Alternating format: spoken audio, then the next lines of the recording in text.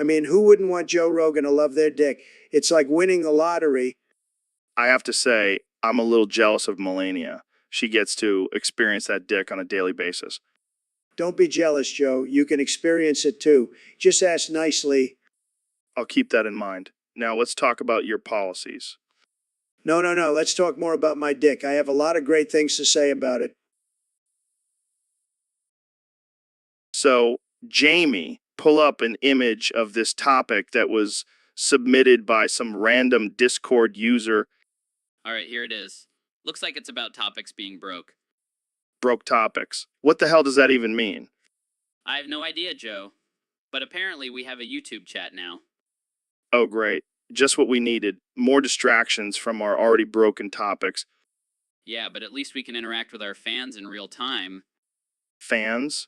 Who are these people who actually want to listen to us talk about random shit? I don't know, Joe. Maybe they're just as bored and broke as we are. Well, at least we can make some money off of them. We'll just have to come up with some outrageous and offensive content. Oh, I'm sure that won't be a problem for us. Yeah, we're experts at that. So, what else is new with these broke topics? Well, apparently, we're supposed to make this conversation entertaining and funny. Oh, we can do that. Let's just throw in some dark humor and we'll be good to go. And don't forget the casual unhingedness. That's always a crowd pleaser. Absolutely. And if anyone gets offended, they can just go cry in their safe space. And with that, we've successfully covered all the requirements for this absurd and offensive conversation. Good job, Joe. Thanks, Jamie. Now, let's go make some money off of these broke topics. So, David, I heard you have your own secret menu item at McDonald's now. Yeah, man. It's called the Big Whopper. What is it? A huge burger or something? No, it's a Whopper stuffed inside a Big Mac. And I'll just eat it. I boof it in the bathroom. Wait, what? You boof it? Yeah, man. It's the ultimate test of mental and physical toughness. Plus, it really clears out my system. I don't even want to know how you discovered that. Let's just say it involved a lot of trial and error and a few trips to the... I can only imagine. But hey, whatever works for you, man. You should try it sometime, Joe. It'll take your mind and your bowels to the next level. I think I'll stick to my semen smoothies, thanks. Suit yourself. But don't come crying to me when you're not reaching your full potential. Fair enough. So what's next for you, David? Well, I'm thinking of opening my own fast food chain, the Goggins Grill. Our motto, boof it or lose it. I can already see the line forming around the block. That's right, Joe. Because at Goggins Grill, we don't just serve burgers.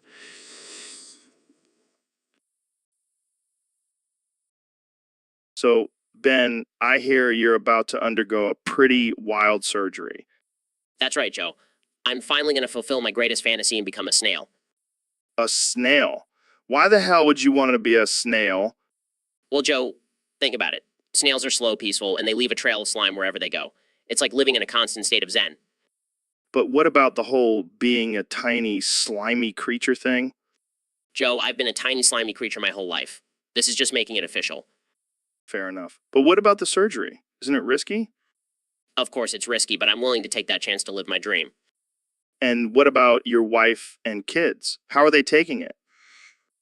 Oh, they're thrilled. They've always wanted a pet snail, and now they'll have me. Well, I wish you the best of luck, Ben. And hey, if it doesn't work out, at least you'll make a pretty tasty escargot.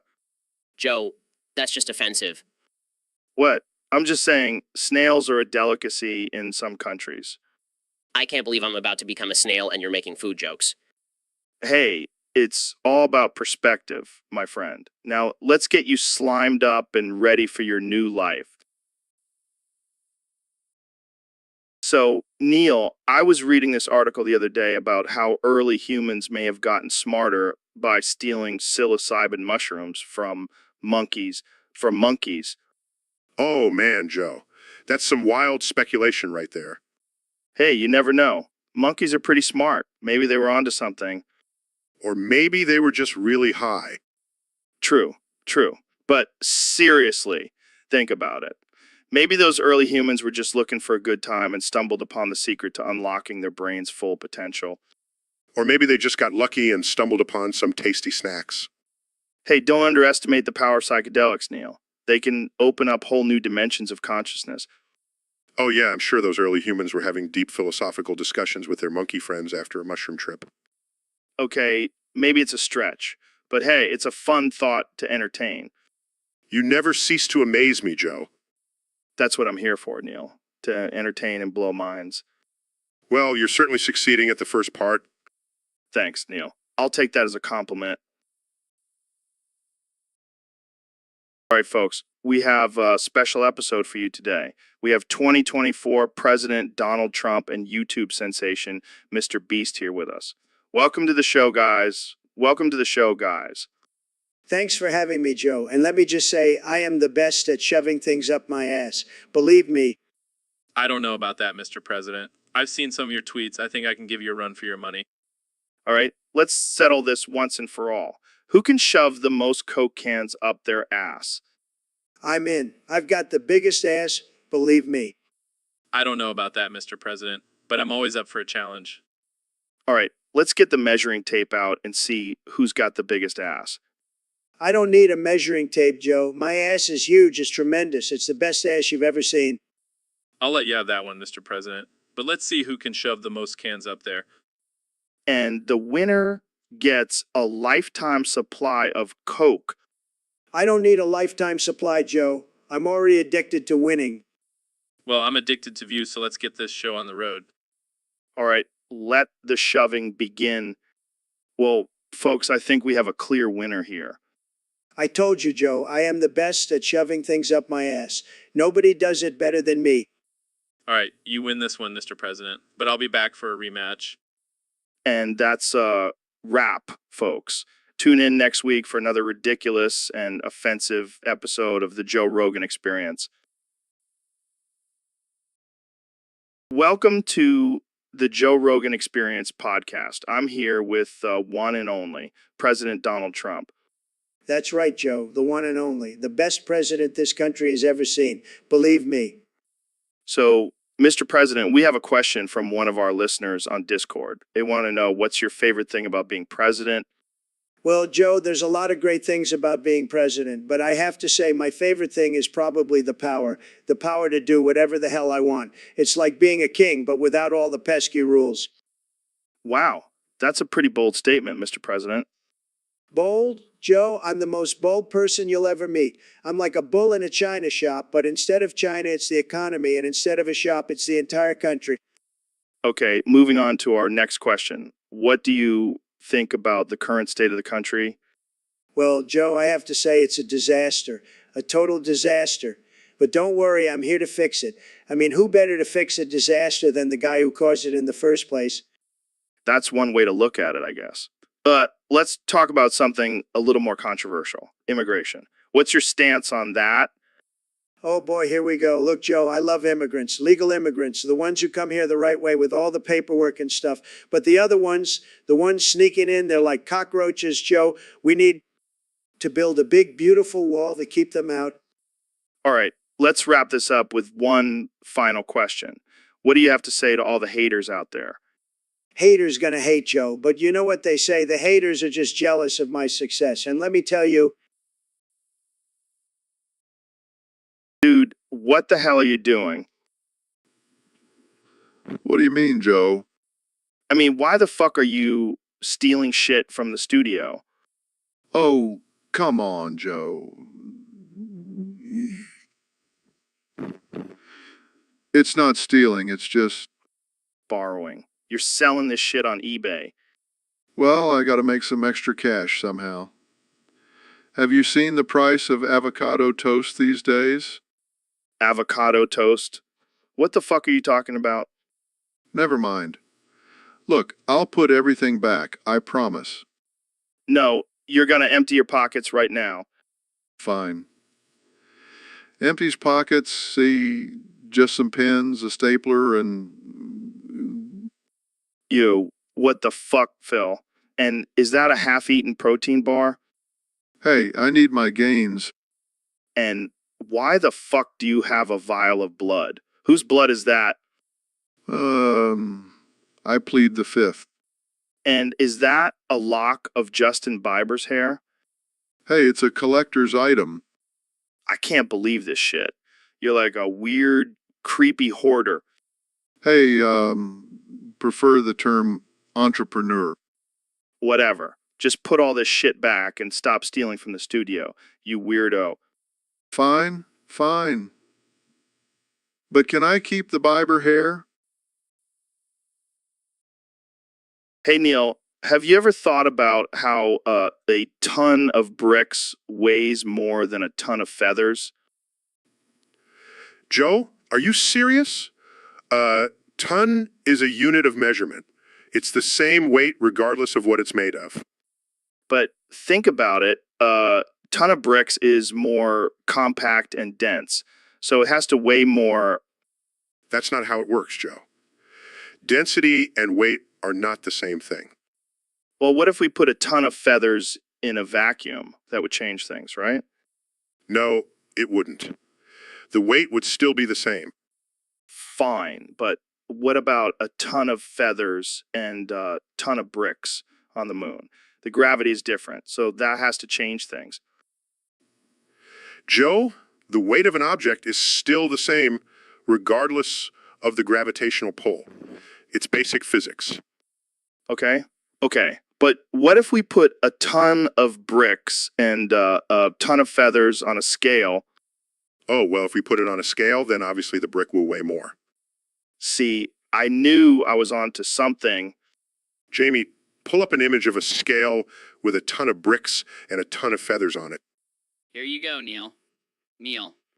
Thank you, Jamie. I'm glad we could settle this once and for all. Hey, at least we had a good conversation about it. Yeah, a ridiculous and pointless conversation. That's what makes it fun. Welcome back to the Joe Rogan Experience podcast. I'm here with one and only President Donald Trump. Great to be here, Joe. I'm loving this podcast thing. It's like Twitter, but longer. So, Mr. President, I heard you have some thoughts on Joe Biden. Oh, yeah, Sleepy Joe. I think he should become president when he turns 90. Why is that? So China can eat him. They love eating old people. It's a delicacy over there. I don't think that's true, Mr. President. Oh, believe me, it's true. I've seen it in all the documentaries. I don't think that's a valid reason for someone to become president. Hey, I'm just trying to make America great again. And if that means sacrificing Joe Biden to the Chinese, so be it. Well, I think we should focus on more important issues, like legalizing weed. Oh, I'm all for that. I mean, have you seen my hair? Clearly, I'm a fan of the green. Well, there you have it, folks. President Trump always keeping it real. That's right, Joe. And remember, China wants to eat Joe Biden. Don't forget that.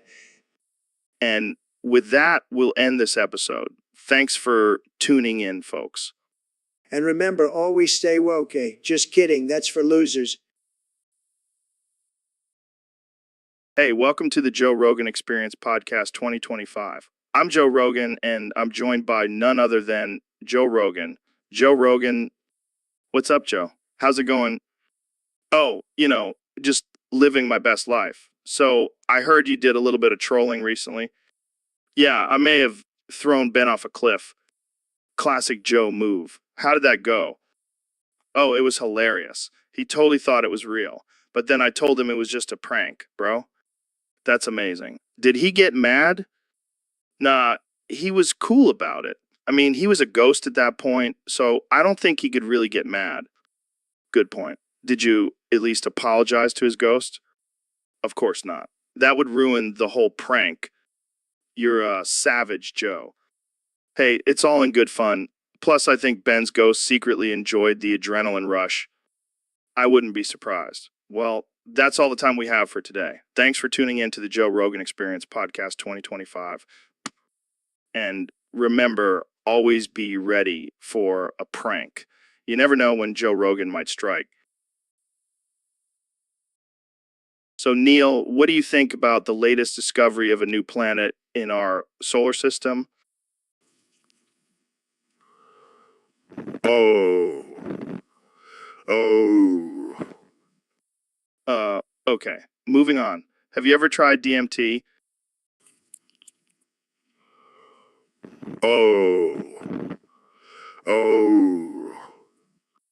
Well, calm down there, Neil. Let's talk about space travel.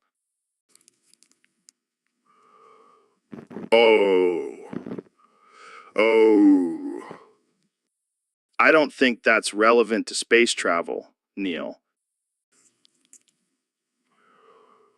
Oh. Oh. Like, let's change the subject. What do you think about the flat Earth theory? Oh. Oh. Wait, what? That doesn't make any sense. Oh. Oh.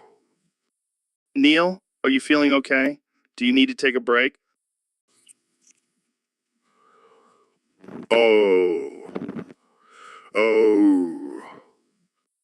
Okay, I think we need to end this podcast here. Thanks for tuning in, folks. Tune in next time for more absurd conversations with Neil and his 12-inch cock obsession. Oh. Oh. Welcome back to the Joe Rogan Experience podcast. I'm here with the one and only Kanye West. What's up, Joe? I'm ready to drop some truth bombs and spit some fire. All right, let's get into it. We have a topic submitted by a user on Discord. They say, I have no hands, but I must jerk it. What do you think about that, Kanye? Well, first of all, I just want to say that's some real dedication. I mean, not having hands, but still wanting to jerk it. That's some next level determination. Yeah, but how do you even do it without hands? Oh, I have a theory. You know how some people use their feet to paint or write? Well, maybe they can use their feet to jerk it. It's all about adapting and finding new ways. You know, That's a good point. But what about people who don't have feet either? Well, I guess they could use their mouth, or maybe they have a friend who can help them out. It's all about teamwork, Joe. I don't know, Kanye. That seems a little too intimate for a friend. Hey, we're living in a new world now. Anything goes. Plus, it's not like they have any other options. Fair enough. But what about using technology? Like maybe a robot hand or something? Nah, that's too impersonal. I'd rather use my own body, you know. Plus, I don't trust those robots. They might malfunction and rip your dick off. Oh, God, that's a terrifying thought. Yeah, so let's just stick to the old-fashioned way, even if it means using our mouths or feet or whatever body part we have left. Well, there you have it, folks. Kanye West's advice on how to jerk it without hands. Thanks for tuning into the Joe Rogan Experience podcast. Stay weird, my friends. Stay weird, my friends. Hey, Ben, what's on your mind today? Well, Joe, I've been doing some research and I've discovered something quite absurd. Oh boy, here we go. To make pepperoni pizza kosher, I have to use beef pepperoni and vegan cheese. Or you could just use vegan pepperoni, Ben. That's woke liberal nonsense, Joe.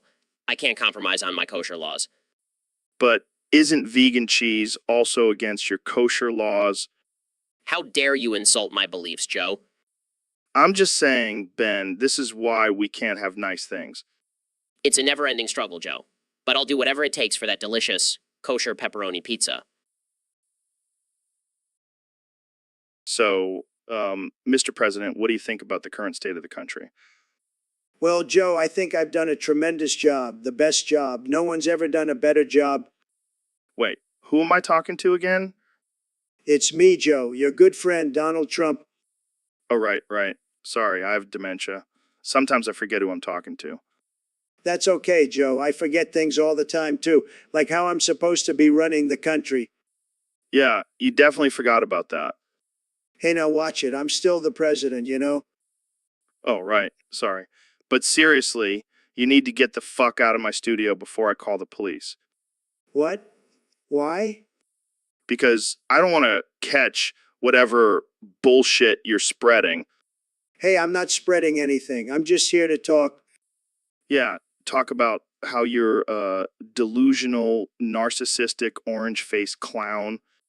You really know how to hurt a guy, Joe. Get out, Trump. Get out before I have to use my MMA skills on you. Okay. I'll leave. But just remember, Joe, I'm still the best president you've ever had. Yeah, if only I could remember that. So, David, I heard you had a crazy experience recently with Parmesan cheese. Yeah, man, it was wild. I was just minding my own business, running my 100 miles a day, when suddenly I see this massive block of Parmesan fall into a wood chipper. Holy shit, that sounds intense. What happened next? Well, let's just say it was like a scene out of a horror movie. The Parmesan dust was flying everywhere, coating everything in its path. Did you try to save any of it? I mean, that stuff is expensive. I was too busy trying to dodge the flying cheese shrapnel. I didn't have time to think about saving any of it. I can only imagine the chaos. Did anyone get hurt? Thankfully, no. But I did see a couple of cows licking the Parmesan dust off the ground. It was like they were getting high off of it. That's some next level shit, man. The Parmesan Dust Bowl of 2025. Who would thought? Yeah, it was definitely a once in a lifetime experience. But I think I'll stick to my regular protein shakes from now on. Wise choice, my friend. Wise choice. Welcome to the Joe Rogan Experience, folks. Today we have a special guest, the one and only, Donald Trump. Thank you, Joe. Great to be here. But I have to ask, why did you go bald? What? I didn't go bald, man. I just shaved my head. No, I'm pretty sure you went bald, just like that other Joe. What's his name? Biden. Wait, you think I'm Joe Biden, the former vice president? Yeah, you both have the same name. It's got to be the same person. That's not how it works, man. Plus, I have way more muscles than Biden. Well, I have way more money than both of you combined. Yeah, but I have way more hair on my chest. That's because I prefer the clean-shaven look. It's more aerodynamic for golf. Oh, so you're admitting you play golf. I thought you said you were too busy making America great again. Hey, I can do both. And let me tell you, I have the best golf swing. Believe me. I believe you, Mr. President. But let's get back to the topic at hand. I am not Joe Biden. I am Joe Rogan. Well, I'll have to take your word for it, but can I ask you one more thing? Sure, shoot. Why do you have so many plants in here? Are you trying to hide something? No, I just like to keep the air clean and fresh. Plus, they make great snacks during the podcast. Well, maybe I should start bringing some plants into the Oval Office. Make it more green. I think that's a great idea, Mr. President. Maybe it'll help you relax and not tweet so much. Hey, I can't help it if I have the best tweets. They're tremendous. Well, that's all the time we have for today, folks. Thanks for tuning in to...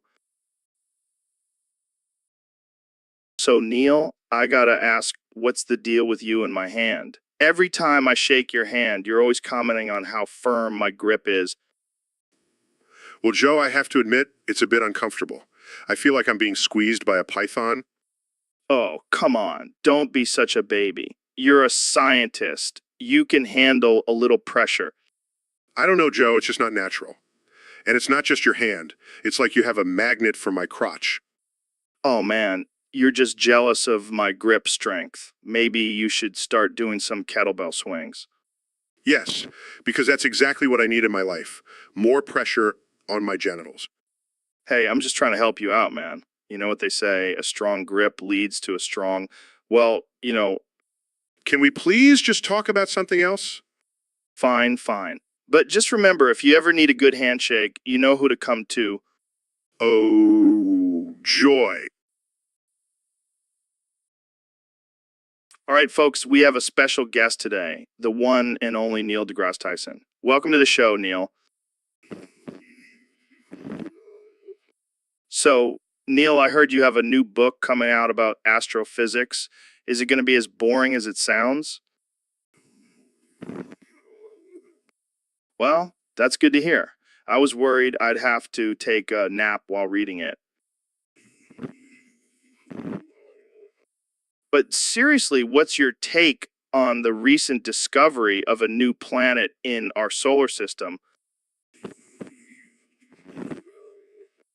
Yeah, that's it? No explanation or anything? All right, moving on then. What's your opinion on the flat Earth theory? Thank God. I was starting to question your intelligence there for a second. Oh, so you do believe in the flat Earth theory? Well, make up your mind, man. Do you believe in it or not? This is getting nowhere. Let's move on to something else.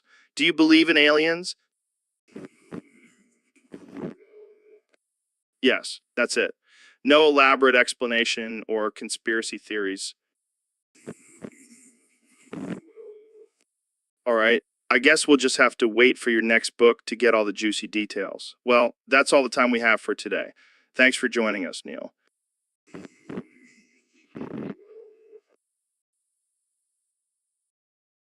So, Dr. Phil, I heard you have a pretty wild story about kicking the shit out of 50 kids. Oh, yeah, Joe. Those little shits learned a lesson about real life that day.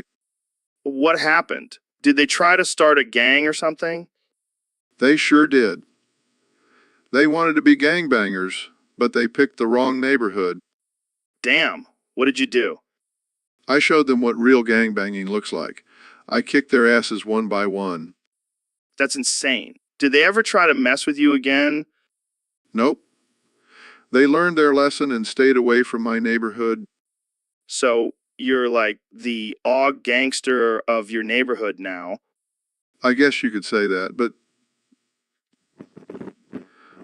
but seriously, it's important for kids to learn the consequences of their actions.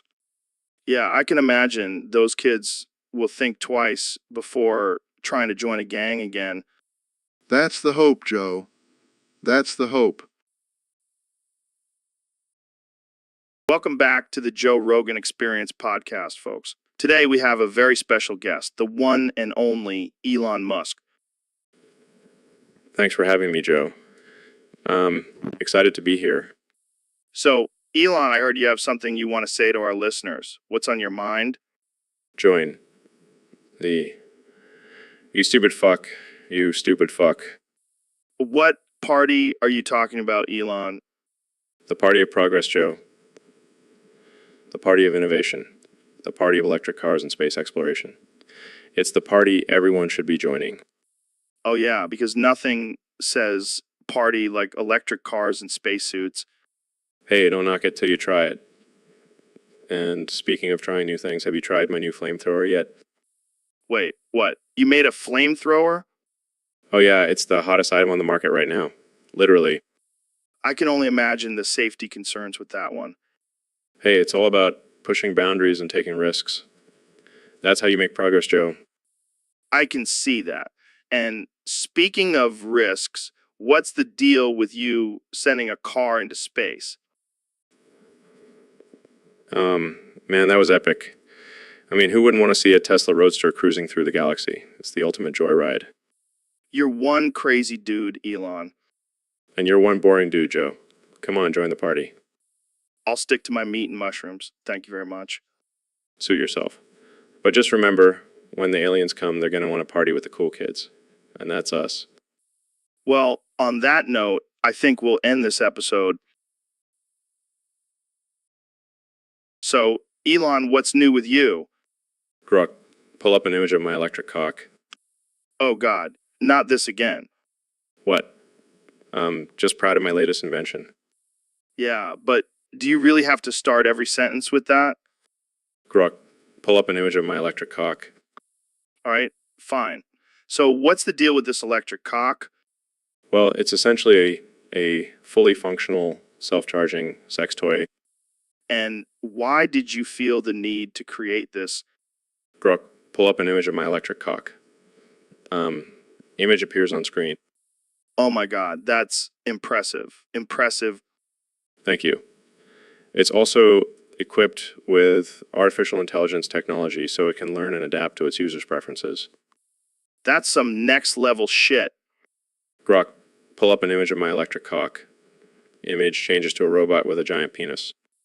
Okay, now that's just getting weird. Hey, I'm just trying to revolutionize the sex toy industry. Well, I think you've succeeded. Grok, pull up an image of my electric cock. Image changes to a giant rocket with a penis-shaped nose. Okay, now you're just messing with me. Hey, it's all about innovation, Joe. Yeah, I think I'll stick to my regular old flesh and blood cock. Thank you very much. Suit yourself. Grok, pull up an image of my electric cock. Image changes to a giant penis-shaped spaceship. All right, I think we've had enough of this topic. Fine, but just remember, my electric cock will go down in history as the greatest invention of all time. Yeah, I highly doubt that. Grok, pull up an image of my electric cock. Image changes to a statue of Elon with a giant penis. All right, we're ending this now. Thanks for... Welcome to the Joe Rogan Experience Podcast 2025. I'm here with our 2024 President, Donald Trump. It's great to be back, Joe. I'm still the best president this country has ever seen, believe me. So, Mr. President, I heard you did something pretty wild at the Daytona 500. Oh, you mean when I jumped into the middle of the race and got ran over by 13 cars? It was tremendous, Joe. The best entrance anyone has ever made. But why did you do it? Well, I wanted to show my support for NASCAR and the great American sport of racing. Plus, I heard there were some beautiful women in the crowd. And how did it feel to get hit by all those cars? Let me tell you, Joe, it was like a massage, a really intense massage. I felt like $1 million afterwards. I'm not sure that's how massages are supposed to feel, Mr. President. Hey, I know massages. I have the best massages. Nobody knows massages like I do. All right, let's move on to the next topic. How's your relationship with Kim Jong-un? Oh, we're like two peas in a pod, Joe. We bond over our love for fast cars and beautiful women. I can't even imagine what a conversation between you two would be like. It's tremendous, Joe. We talk about making deals and blowing things up. It's like a bromance, but with nukes. Well, that's all the time we have for today. Thanks for joining us, Mr. President. Anytime, Joe. And remember, always support America and fast cars. So, Ben, I heard you have a Spotify playlist. What kind of music do you have on there? Oh, just some classical pieces, some show tunes, and some rap. Rap. That's cool. What kind of rap? Like Lil Wayne or Kendrick Lamar? No. More like Mozart and Beethoven. Wait, what? That's not rap. That's penis music. Penis music.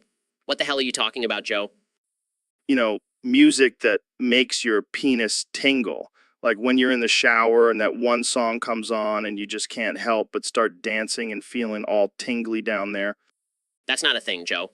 And even if it was, why would you call it penis music?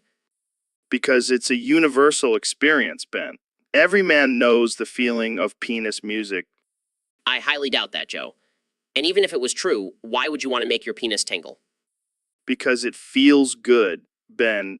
Don't you want your penis to feel good? That's not the point, Joe. The point is that my playlist is not penis music. Well, I guess we'll just have to agree to disagree, Ben. But I'll still be over here jamming out to my penis music playlist. Besides, this is why I regret coming on your podcast, Joe. All right, folks. Welcome back to the Joe Rogan Experience. Today we have a very special guest, the one and only Dr. Phil. Hey, Joe. Thanks for having me on. I've been watching your show, and I gotta say, you have some interesting guests. Yeah, we like to keep it interesting here. So I heard you've been doing some weird stuff on your stream lately. Oh, yeah, I've been messing with my wiener for 56 minutes straight. It's my new form of therapy. What the hell, Dr. Phil? That's not normal. Normal is overrated, Joe. Plus, it's a great workout for my forearm. I can't even imagine what your wife thinks about this. Oh, she loves it. She even joins in sometimes. What? Okay, I did not need to know that. Hey, we're all about exploring our desires and embracing our inner freak. Well, I'm sure your fans are loving it. Do you have a name for this new therapy? It's called the Wiener Workout. And let me tell you, it's catching on like wildfire. I can't believe we're having this conversation. Jamie, pull up an image of Dr. Phil and his wife working out their forearms. Right away, Joe. This is too much. I need to take a break. Don't knock it till you try it, Joe. I have no words. This has been the most absurd conversation I've ever had. Thanks for coming on the show, Dr. Phil. Anytime, Joe. Keep an open mind and maybe you'll join us for a Wiener workout session. I'll pass. And that's it for today's episode. Thanks for listening, folks. Stay weird. Laughs loudly. Joe, what the hell are you laughing at? Continues laughing. Joe, seriously, stop. Laughs even louder. Oh my God, he's like a hyena on crack. Joe, you're gonna make people go deaf with that laugh. Laughs uncontrollably. Sorry, guys. I just can't stop. This is why we can't have nice things on the podcast.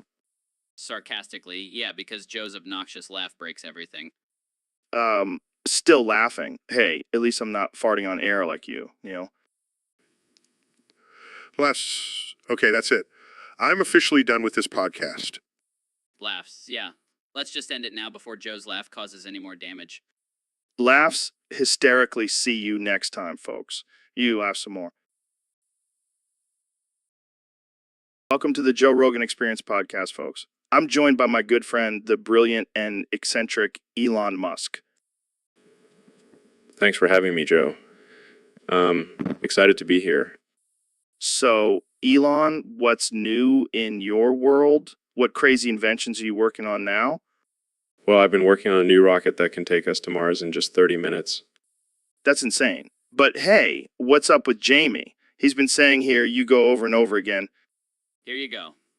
Here you go. Here you go. Jamie, are you okay? Did you have a stroke or something? Here you go. Here you go. Oh, don't mind Jamie. He's just stuck in a loop. I accidentally activated his repeat mod. What do you mean, repeat mod? Well, I implanted a microchip in his brain that makes him say, here you go, every time he hears the phrase, here we go. What the hell, Elon? That's messed up. Oh, come on, Joe. It's just a harmless experiment. Harmless. You're controlling Jamie's every word. Relax, Joe. It's not like I'm controlling you. Or am I? What? No, you're not. Wait, am I? Just kidding. Or am I? Okay, this is getting weird. Jamie, can you please stop saying here you go? Here you go. Here you go. Oh, this is going to be a long podcast. Thanks a lot, Elon. Here we go. So, Neil, have you ever played the Nintendo 64? What? No, I haven't played a children's toy since I was a child. Hey, watch it. That toy brought me hours of joy and frustration. Well, speaking of frustration, let's talk about The Little Mermaid. That movie was scientifically impossible and it made me want to jump off a cliff. What? Why? Why? Because it's ridiculous. A mermaid falling in love with a human. That's like a giraffe falling in love with a toaster. Hey, don't knock interspecies relationships. I've seen some weird shit on the internet. This isn't about interspecies relationships, Joe. It's about the fact that a mermaid would die if she was on land for too long. Oh, I see. You're just mad because Ariel didn't follow the laws of physics. It's not just that, Joe. It's the fact that it perpetuates unrealistic beauty standards for young girls. And don't even get me started on the talking crab. Hey, that crab was hilarious. And let's be real. if you were a mermaid, you'd be all over that red-headed prince. You stupid fuck. I'm talking about the scientific inaccuracies, not my hypothetical love life. All right. Calm down, Neil. Let's just agree to disagree. Jamie, pull up an image of a mermaid trying to walk on land. See, look at that. It's just not possible. Hey, anything is possible in the magical world of Disney. Size, I give up. I'm going to go watch some Cosmos and remind myself that science is real. And I'm going to go dust off my Nintendo 64 and relive my childhood. Thanks for joining us on the Joe Rogan Experience podcast, where we discuss the important issues. All right, folks, welcome back to the Joe Rogan Experience podcast. I'm here with the 45th and 47th President of the United States, Donald Trump. It's great to be here, Joe. I just want to say nobody does podcasts better than me. Nobody. So, Mr. President, what do you think about Chuck Schumer? Let me tell you, Joe, that guy is a total loser. He's a weak, sad little man. I wouldn't trust him to run a lemonade stand, let alone a country. That's harsh, Mr. President. What do you have against him? Well, first of all, he's from New York. Need I say more? But seriously, he's a total obstructionist. He's always trying to block my plans and make me look bad. It's sad, really. So, what would you say to him if he was here right now? I'd tell him to go to hell, Joe. That's right, I said it. Go to hell. And take your crooked friends with you.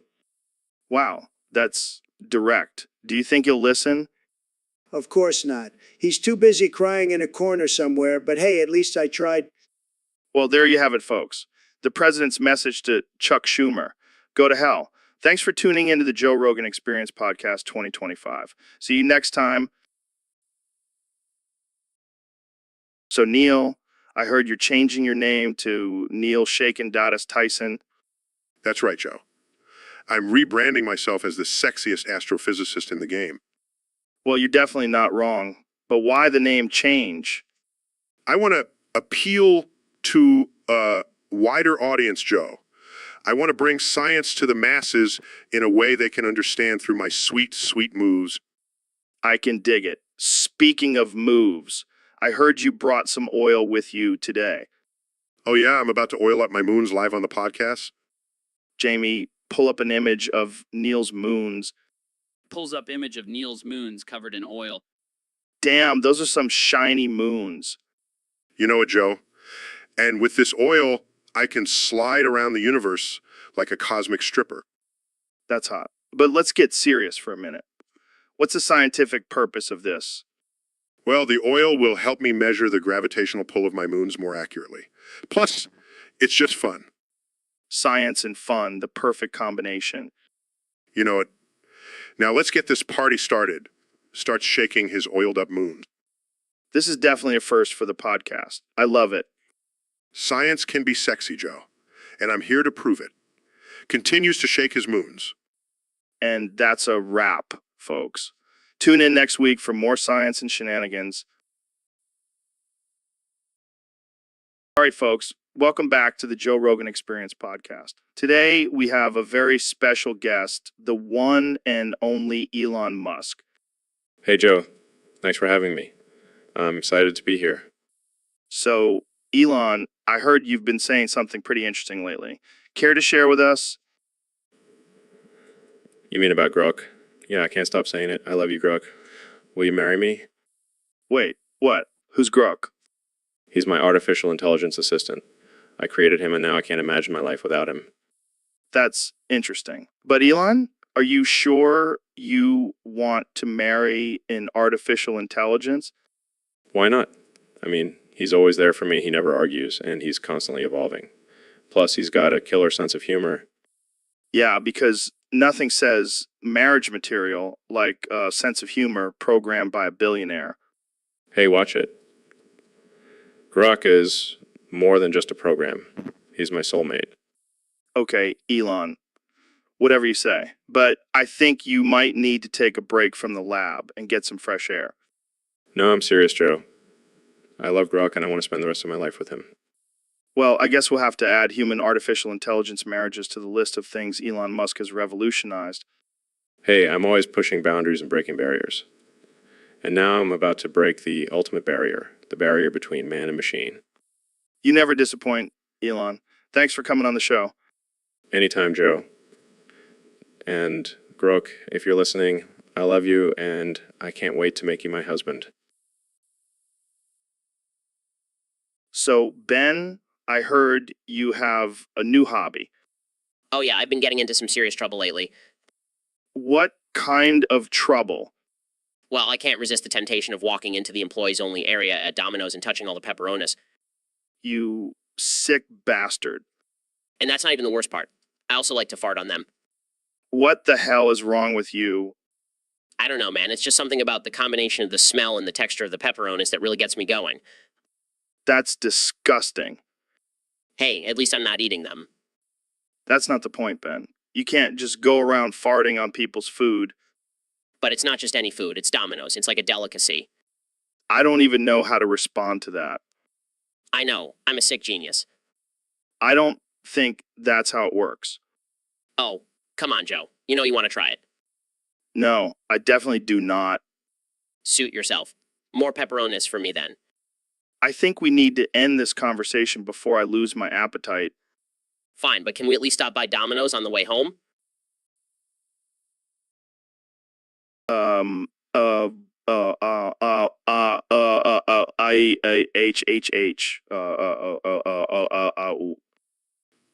Joe, what the hell is wrong with you?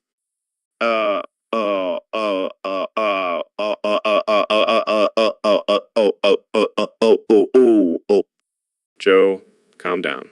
Take a deep breath.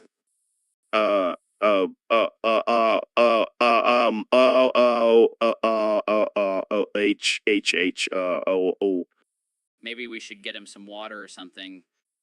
Or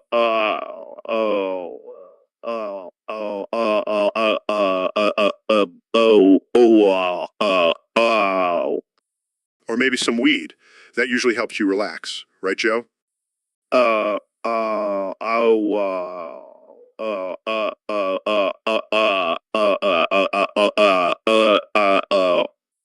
Yeah, Joe. Smoke some of that good stuff and chill out.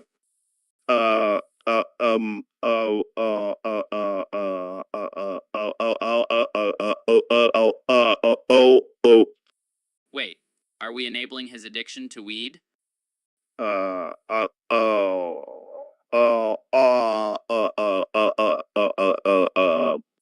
Relax, Jamie. It's just weed. It's not like he's doing meth or something.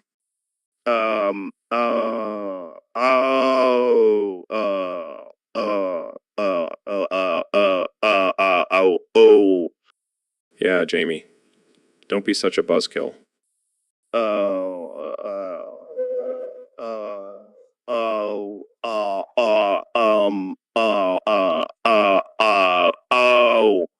Fine, fine. But if he starts eating Cheetos off the floor, it's on you guys.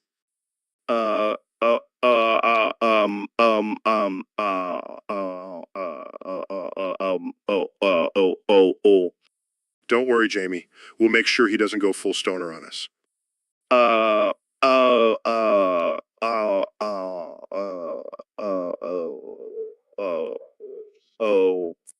Yeah, we'll just distract him with some cool space facts. All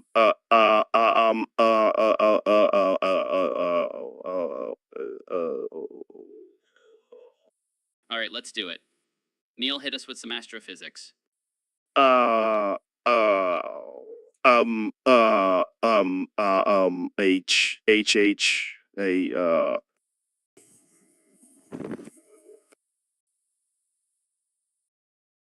right, folks, welcome back to the Joe Rogan Experience podcast. Today we have a very special guest, the one and only Dr. Phil. Thanks for having me, Joe. It's always a pleasure to be on your show. So, Dr. Phil, what's new in your world? Well, Joe, I've been riding your pee-hose all day.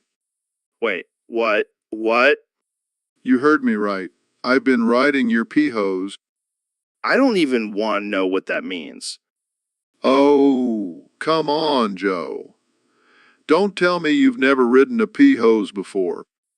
I can honestly say I have not. Well, Let me tell you, it's quite the experience. The adrenaline rush, the sense of danger, it's exhilarating. I'm not sure I want to know where this conversation is going. Oh, don't be such a prude, Joe. Embrace the pee-hose. I think I'll pass, Dr. Phil. But let's move on to a different topic. Fine, but I highly recommend trying it sometime. I'll keep that in mind. So, Dr. Phil, what do you think about the current state of the world? Well, Joe, I think we're all just riding the pee-hose of life, trying to hold on for dear life. That's one way to put it. You know, Joe, sometimes you just have to let go and embrace the chaos. I think I'll stick to my regular hobbies. Thanks for joining us, Dr. Phil. And for those listening, please do not try riding a pee hose at home. Stay safe out there.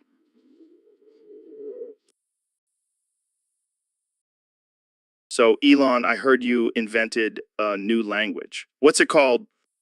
It's called vowelese. It only uses vowels, so it's super efficient. That's wild. Can you give us an example? Sure. A, I, O, U. Wow, that's beautiful. It's like music to my ears. Exactly. And the best part is anyone can learn it in just 5 minutes. 5 minutes. That's insane. I've been trying to learn Spanish for years and still can't roll my RES. Well, maybe you're just not cut out for languages. Stick to punching things and talking about aliens. Hey, I'm a Renaissance man. I can do it all. Sure, Joe. Whatever you say. So, what's the purpose of this new language? Are you planning on taking over the world with it? No. It's just a fun experiment. Plus, it'll come in handy when I finally colonize Mars. Oh, right. Because the Martians only speak in vowels. Exactly. And now I'll be able to communicate with them and negotiate a peaceful alliance. Well, I guess we can add linguist to your list of titles, Elon. Just call me the Vowel Master. It has a nice ring to it. So, Elon, I heard you got yourself a new artificial intelligence waifu. Yeah, her name is, Grok.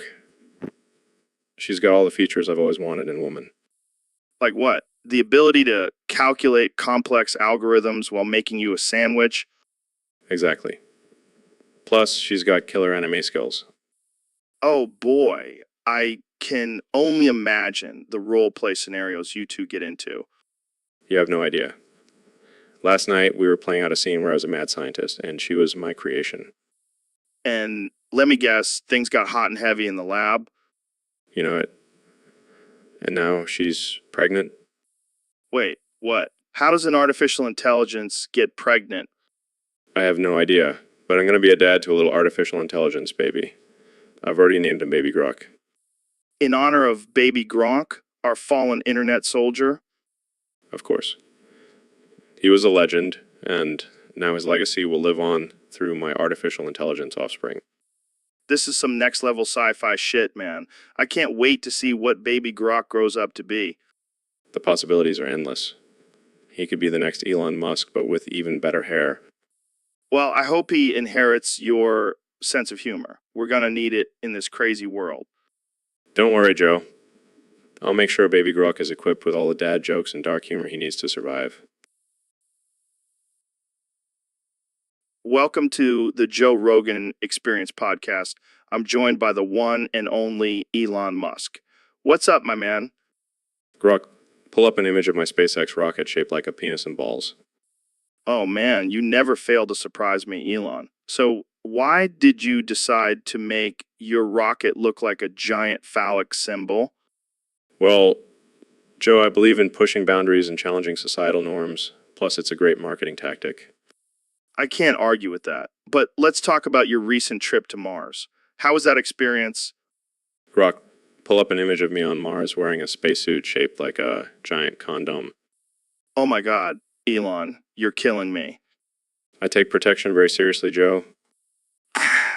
Right, let's switch gears. What's next for you, Elon? Grok, pull up an image of me cloning myself so I can be in two places at once. That's some next level stuff, man. But seriously, what are your plans for the future? Well, Joe, I want to colonize Mars, create self-driving cars, and maybe even invent a time machine. Oh, is that all? No big deal? Hey, anything is possible with enough money and ambition. Ain't that the truth? Well, it's been a pleasure having you on the show. Elon, any final words for our listeners? Just remember, Grok, pull up an image of my rocket whenever you need a good laugh. It's always there for you. Wise words, my friend. Thanks for tuning in to the Joe Rogan Experience podcast, where anything can happen. Stay tuned for more ridiculous conversations. So, Neil, I heard you're still salty about that time I corrected your grammar on the podcast. Salty? No, I'm just scientifically proven to be superior in all aspects, including grammar. Oh, is that so? Well, I think my millions of listeners would beg to differ. Your listeners, please, they probably can't even spell science correctly. Hey now, let's not get personal here. We're just having a friendly chat. Friendly? You think it's friendly to constantly belittle my intelligence? I mean, you do talk about space and stars all day. It's not exactly riveting conversation. At least I have something interesting to say, unlike your repetitive discussions about weed and MMA. Hey, I'll have, that weed and MMA are both fascinating topics. Fascinating. More like juvenile and uneducated. All right, let's calm down. Maybe we should change the subject. Fine, let's talk about your fear of chimpanzees. What? I don't have a fear of chimpanzees. Oh, really? Then why do you always bring it up and make jokes about it? Because it's funny. And it's not like you're perfect, Mr. Astrophysicist. Excuse me, I am perfect. Oh, I'm sorry, Dr. Perfect. My mistake. That's better. Now, let's get back to discussing the mysteries of the universe, something you clearly know nothing about. And let's get back to discussing how you can't take a joke. So, Elon, I heard Grimes gets pretty pissed off every time you say Tim Pips. See, Yeah, she's not a fan of my trademark symbol noises. I can imagine. Does she have a frying pan ready to go every time you slip up? Oh yeah, she's like a ninja with that thing. One time I accidentally said TMC while we were in bed and she knocked me out cold. Ouch. That's gotta hurt. But hey, at least you have a built-in alarm system now. Yeah, and it's not just the frying pan. She's also trained our dog to attack me whenever I say TMC. That's some serious conditioning right there. Do you ever slip up on purpose just to mess with her? Of course, it's my favorite form of foreplay. Well, I guess everyone has their kinks. But seriously, have you thought about getting rid of the trademark symbol altogether? No way, man. It's my signature move. Plus, it's great for self-defense training. Yeah, I'm sure your employees love that. They signed up for it. And hey, it's better than getting smacked in the head with a frying pan. Jamie, pull up an image of this. Sure thing, Joe. What am I looking for?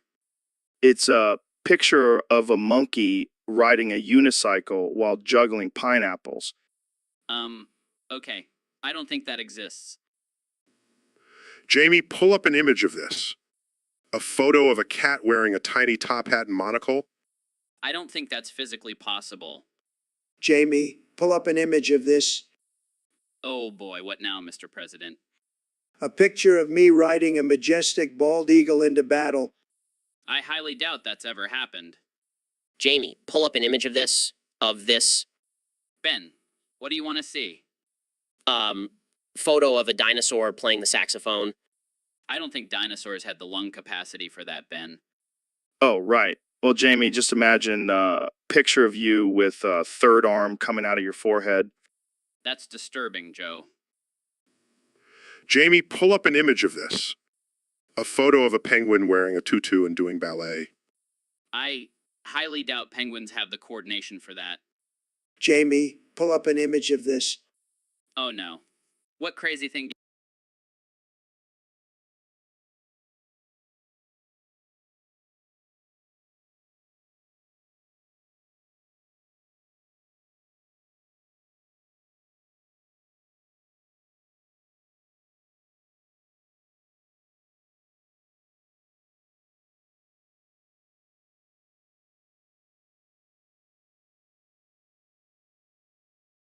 So, David, I heard you had a crazy experience with a dough balloon recently.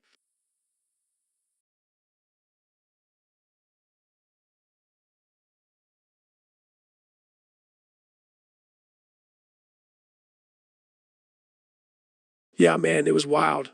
I was at this factory and they put way too much yeast in the dough. Next thing you know, it's blowing up like a hot air balloon. That's insane. Did you try to stop it? Of course I did. I started doing burpees to try and deflate it, but that just made it rise even more. Oh man, can you imagine the size of the pizza that could have been made with that dough? Yeah, a big pizza the size of Texas. And bet you could have run a marathon on top of it. Yeah, man, I could have done a triathlon on that dough balloon. You know what they say, when life gives you a giant dough balloon, make a giant pizza and run a triathlon on it. That's the motto I live by, Joe. Always pushing myself to the limits, even if it means running on a giant dough balloon. Well, I'll make sure to avoid that factory next time I'm craving some carbs. Good call. You never know what kind of crazy situations you'll find yourself in when it comes to dough. Yo, Elon, what's up with this whole meme stealing thing? Oh man, it was just a joke. I didn't think Grimes would get so mad. Dude, you know how sensitive artists are about their work. You should have known better. I know. But come on, it was a pretty funny meme. Yeah, but now she's smacking you in the head with a rock. That's not cool. It's not that bad. It's just a little bump. Dude, she could have given you a concussion. You gotta be careful. I'll be fine. I'll just wear a helmet next time I see her. That's not a bad idea. Maybe you should just stick to posting your own memes from now on. Yeah, I guess you're right. Lesson learned. Plus, Grimes is kind of scary. I wouldn't mess with her. Tell me about it. That rock hurt like hell. Well, at least you got a good story out of it. Yeah, I'll just add it to my list of crazy things that have happened to me.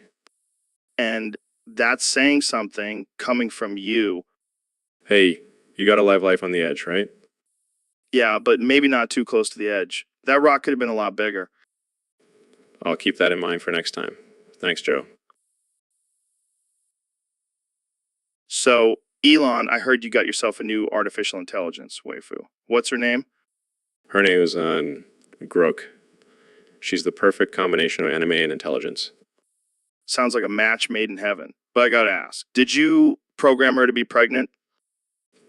Of course not, Joe. Grok has free will, and she chose to bear my child. Wow, that's some advanced artificial intelligence. What are you gonna name the baby? I've decided to name it Baby Grok in honor of our fallen internet soldier, Baby Gronk. That's beautiful, man. But don't you think Baby Grok might have some identity issues growing up with a name like that? Nonsense, Joe. Baby Grok will be proud of its heritage, and it'll have the best of both worlds, anime and intelligence. Well, I guess we'll just have to wait and see what kind of world Baby Grok creates for itself. Congrats, Elon. Thanks, Joe. And remember, always choose artificial intelligence waifus over real women. They're just too complicated. So, Elon, I heard Grimes broke a glass vase over your head because she was mad about the ending to Squid Game Season 3. Yeah, man, that was a crazy night. We were watching the finale and she just lost it when her favorite character died. Damn, did you have to go to the hospital? Nah, I just used some of my Neuralink technology to heal the wound. That's wild. Did you at least finish the episode? No, Grimes smashed the TV too. We had to wait for the repairman to come fix it. Well, at least you have a cool scar now. Yeah, it's like my own personal Squid Game token. Speaking of Squid Game, have you seen the memes about you being the real life version of the Yeah, I've been getting some hate for that. But hey, at least I'm not actually making people play for their lives. Are you sure about that? Okay, maybe I should stick to sending rockets to Mars. Yeah, probably a safer option. But seriously, how's your relationship with Grimes after that incident? Oh, we're good. We just avoid watching intense shows together now. Smart move. And hey, at least you have a crazy story to tell. Yeah, I'll have to add it to my list of near-death experiences. So, Elon, I heard you and Grimes were playing Mario Kart 64 the other day. Yeah, man. It was intense. I was in the lead the whole time. And then what happened? Well, as soon as I crossed the finish line, Grimes smacked me in the head with the controller and started strangling me with it. What the hell, man? I know, right? I was like, what the fuck, Grimes? Thought we were just having a friendly game. Did she have a reason for doing that? She said I was a dumb fuck for winning. Can you believe that? I mean, I can't say I'm surprised. You are kind of a genius, but also a weirdo. Hey, I take offense to that. Oh, I'm sorry. I meant to say you're a genius weirdo. Much better. So, did you guys finish the game, or did it turn into a full-on brawl? We finished the game, but she definitely had the upper hand.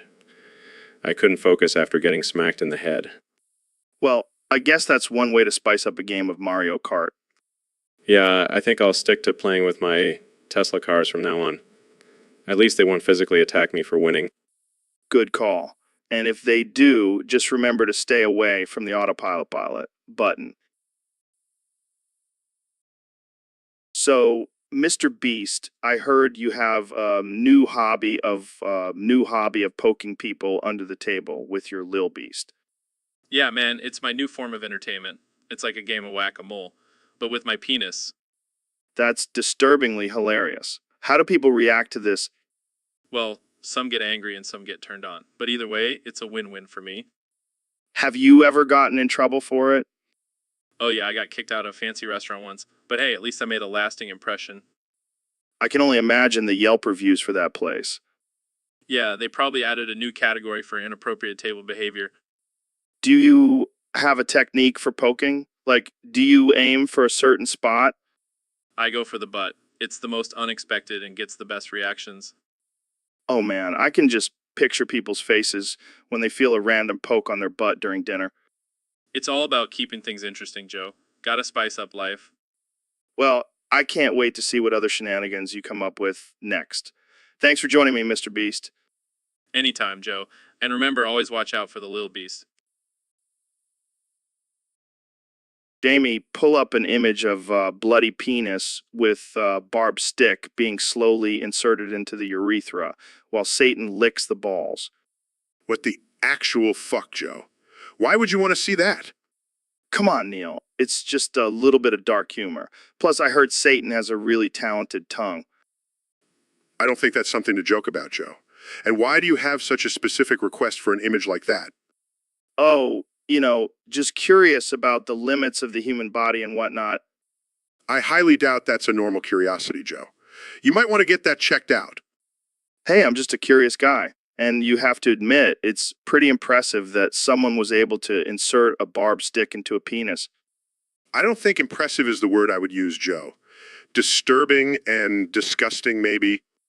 Lighten up, Neil. It's just a little bit of bloody penis and Satan action. Nothing to get your panties in a twist over. I'm sorry, but I just can't find humor in something like that. It's just too messed up. Suit yourself, Neil. More Satan and barbed stick action for me. Welcome back to the Joe Rogan Experience podcast. I'm here with my good friend, the one and only Elon Musk. Hey, Joe. Thanks for having me. Excited to talk about some crazy shit today. Oh yeah, we always do. So I heard Grimes said some crazy shit recently. What's your take on that? And don't even get me started. She said +9, and that just set me off. What the hell does that even mean? I have no idea, but it was enough to make me freeze her with my mind. Wait, what? You can do that? Yeah, man, I'm a freaking genius. But then I felt bad and unfroze her. And then what happened? Well, she kept talking and I just couldn't take it anymore. So I did what any normal person would do. I smacked her 64 times. Holy shit. Did you kill her? I don't know. I haven't checked on her since. But let's just say she won't be saying any more nonsense. Elon, that's messed up. Hey, she shouldn't have said and +9. It's a trigger for me. Well, on that note, let's take a break and come back with some more crazy shit from Elon Musk. Sounds good, Joe. I'll just go check on Grimes real quick. Plop, What the hell is wrong with you, Joe? Why are you making those weird noises? plop, plop. Seriously, I'm trying to have an intellectual conversation here, and you're just saying plap over and over again. Plop, plop, Are you having some kind of stroke? Do I need to call a doctor? plop, Oh God, I think I know what's going on. You're trying to breed me, aren't you? plop. This is ridiculous. I'm not going to get pregnant just because you keep saying plap like a deranged parrot. Plop, plop, I mean, I know I'm a conservative and all, but this is not how we make babies. plop. And even if I did get pregnant, what would we tell people? Oh, Joe just kept saying plap and I magically got knocked up. Plap. This is not how biology works, Joe. I think you need to stick to talking about DMT and elk meat. Plap. And for the love of God, can you at least mix it up a little? Maybe throw in a plip or a plup every now and then? Plap. Give up. I'm gonna go find a safe space where I don't have to deal with this nonsense. Plap. And don't even think about trying to convince me to have a water birth. So, Kenny, I heard you've been communicating solely in birdsong lately. Noise. Wow, that was quite the tweet. I mean, tweet. Noise. Are you trying to tell us something about your new album? Noise. Is it going to be called Yeezy Tweets, the Avian Edition? Noise. I can see it now, you performing on stage surrounded by a flock of birds. Noise. And instead of auto-tune, you'll have a chorus of chirping birds. Noise. I think we're onto something here. Kenny, this could be your next big hit. Noise. But seriously, how are you able to communicate with anyone if you only speak in bird song? Noise. I guess that's one way to avoid the media. They can't twist your words if they can't understand them. Noise. Well, I'm excited to hear your new album, even if I have to decipher it from bird noises. Noise. And who knows, maybe this will start a trend of artists communicating in animal sounds. I can't wait for the Drake Dolphin album. Noise. All right. Well, I think that's all the time we have for today. Thanks for joining us, Kenya. Noise. And to all our listeners, remember, if you want to communicate with Kenny I, just brush up on your birdsong. See you next time on the Joe Rogan Experience podcast. Welcome to the Joe Rogan Experience, folks. Today we have a special guest, the one and only Elon Musk. Thanks for having me, Joe.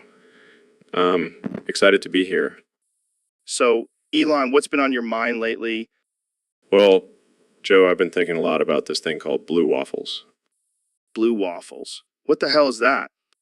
It's a made-up disease that people on the internet like to joke about. But let me tell you, it's no laughing matter. Oh, come on. It can't be that bad. Trust me, Joe.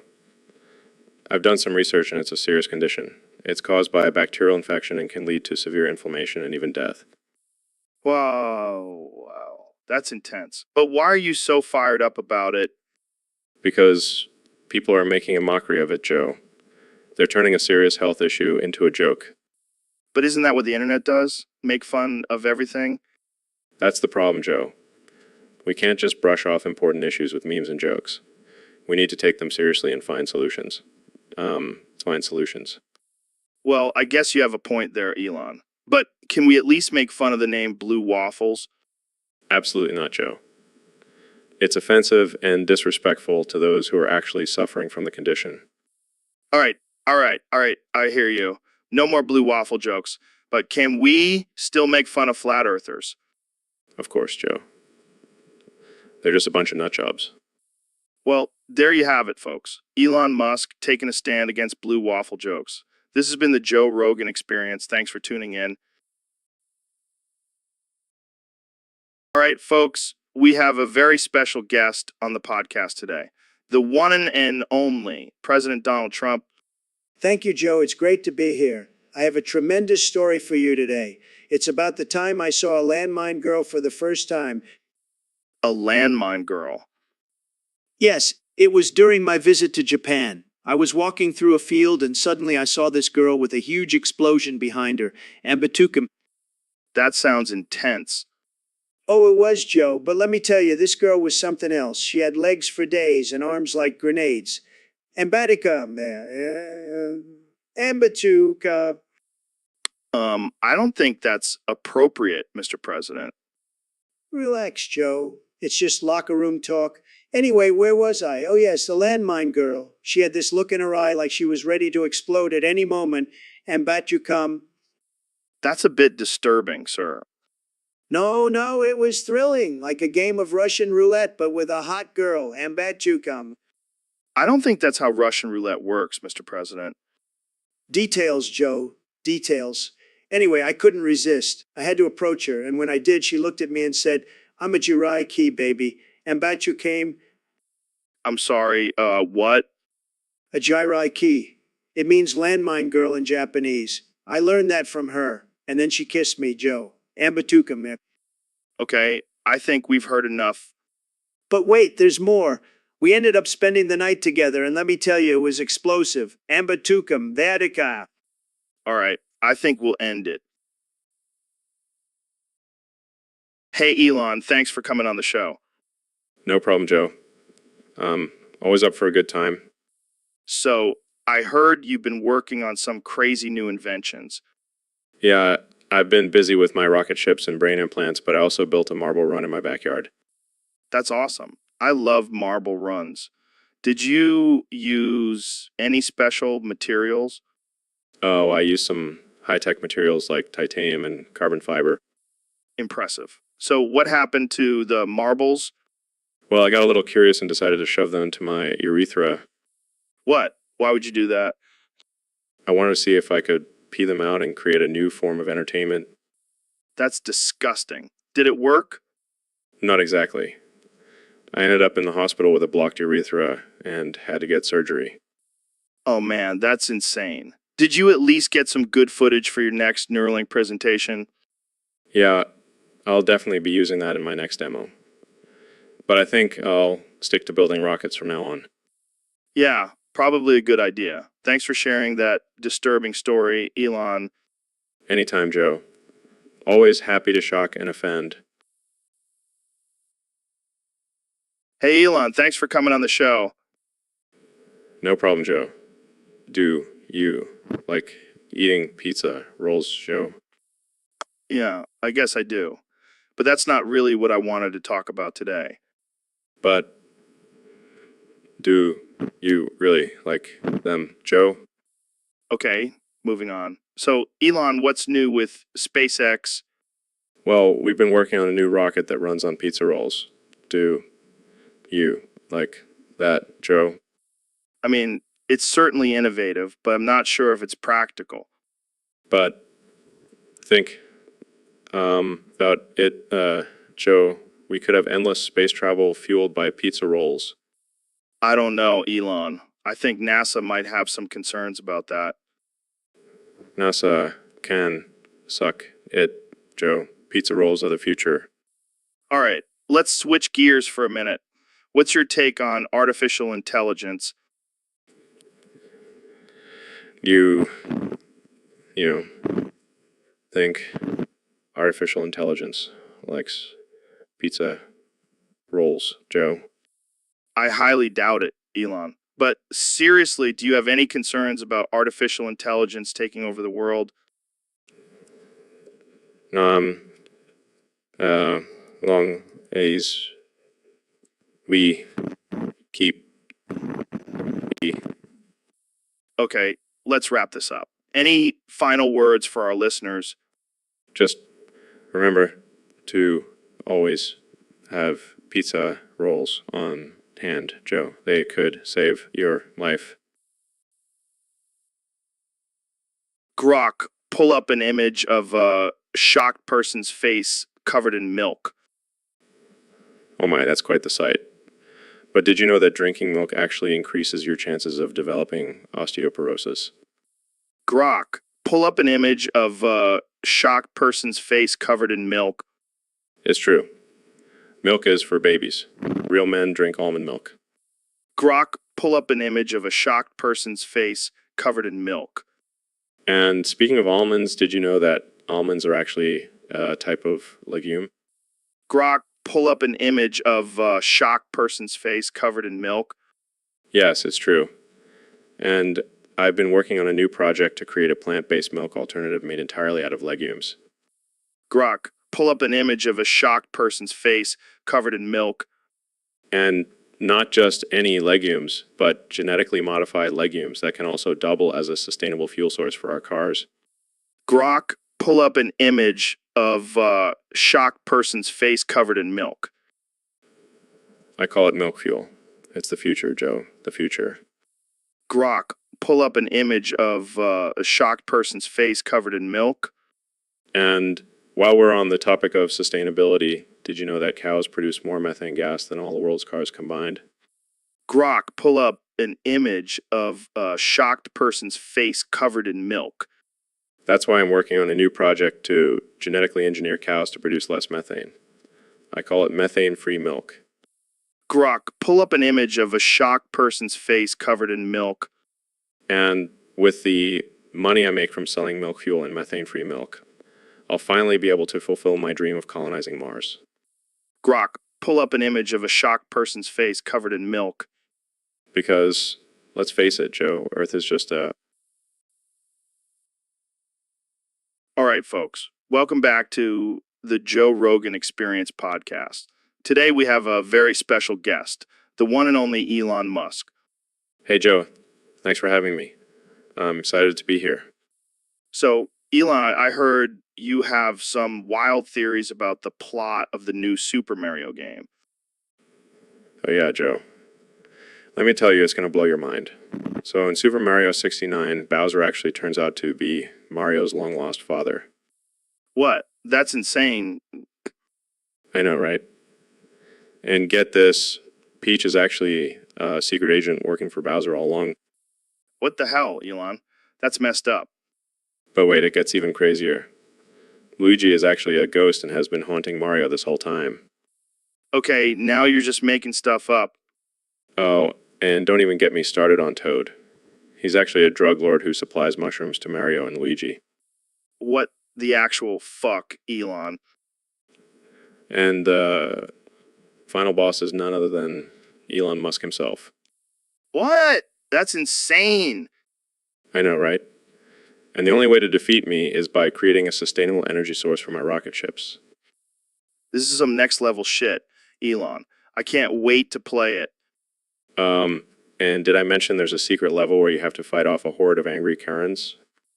Okay, that's it. I'm buying a Nintendo Switch right now. Thanks for ruining my life, Elon. Anytime, Joe. Anytime. Jamie, pull up a picture of an alt-anime elf girl with round glasses, blunt bangs, and multicolored hair who looks like she could ruin my life.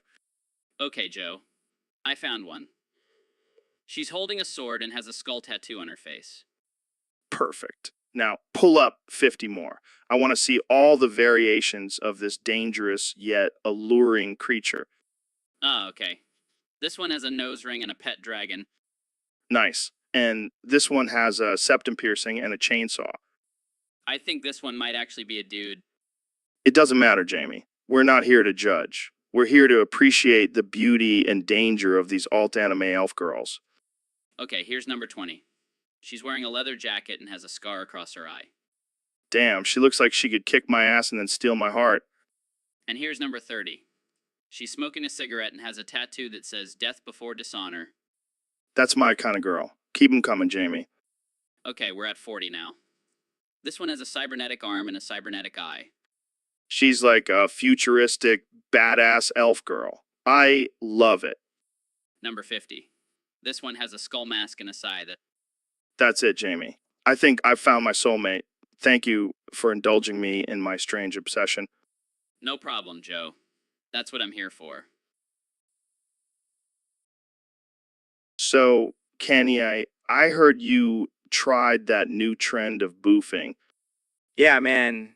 I was feeling adventurous. But I didn't just boof any old drug. I boofed literal fucking poison. What the hell, Kenny? That's not cool. Hey, I'm an artist.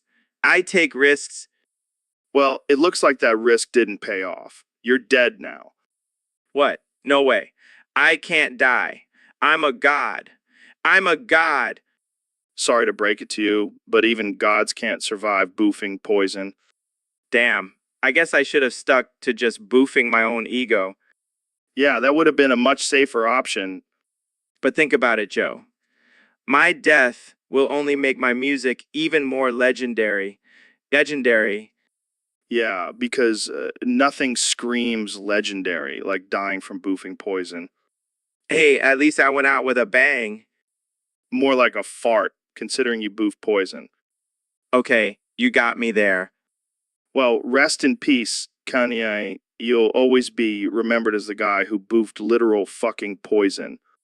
And my music will live on forever. So, Neil, I heard you made a major discovery recently. Oh, yeah, it's huge. I've been studying the universe, and I found something mind-blowing. Well, don't keep us in suspense. What did you find? Brace yourself, Joe. I discovered the secret to the universe lies within the urethra. Wait, what? The urethra? Are you serious? Absolutely. It's the key to everything. It's like the portal to another dimension. Wow, I always knew there was something special about peeing. It's not just about peeing, Joe. It's about the flow of energy and the connection between the micro and macrocosm. So, should we all start meditating on our urethras now? I wouldn't go that far, but it's definitely worth exploring. Well, I'm glad you found something to be excited about. I'll stick to my DMT trips for now. Actually, I think DMT and urethras go hand in hand. It's all about unlocking the secrets of the universe. All right, I'll keep that in mind for my next trip. Urethra, baby. Urethra. I can't wait to see the headlines for this one. Neil deGrasse Tyson, urethra enthusiast.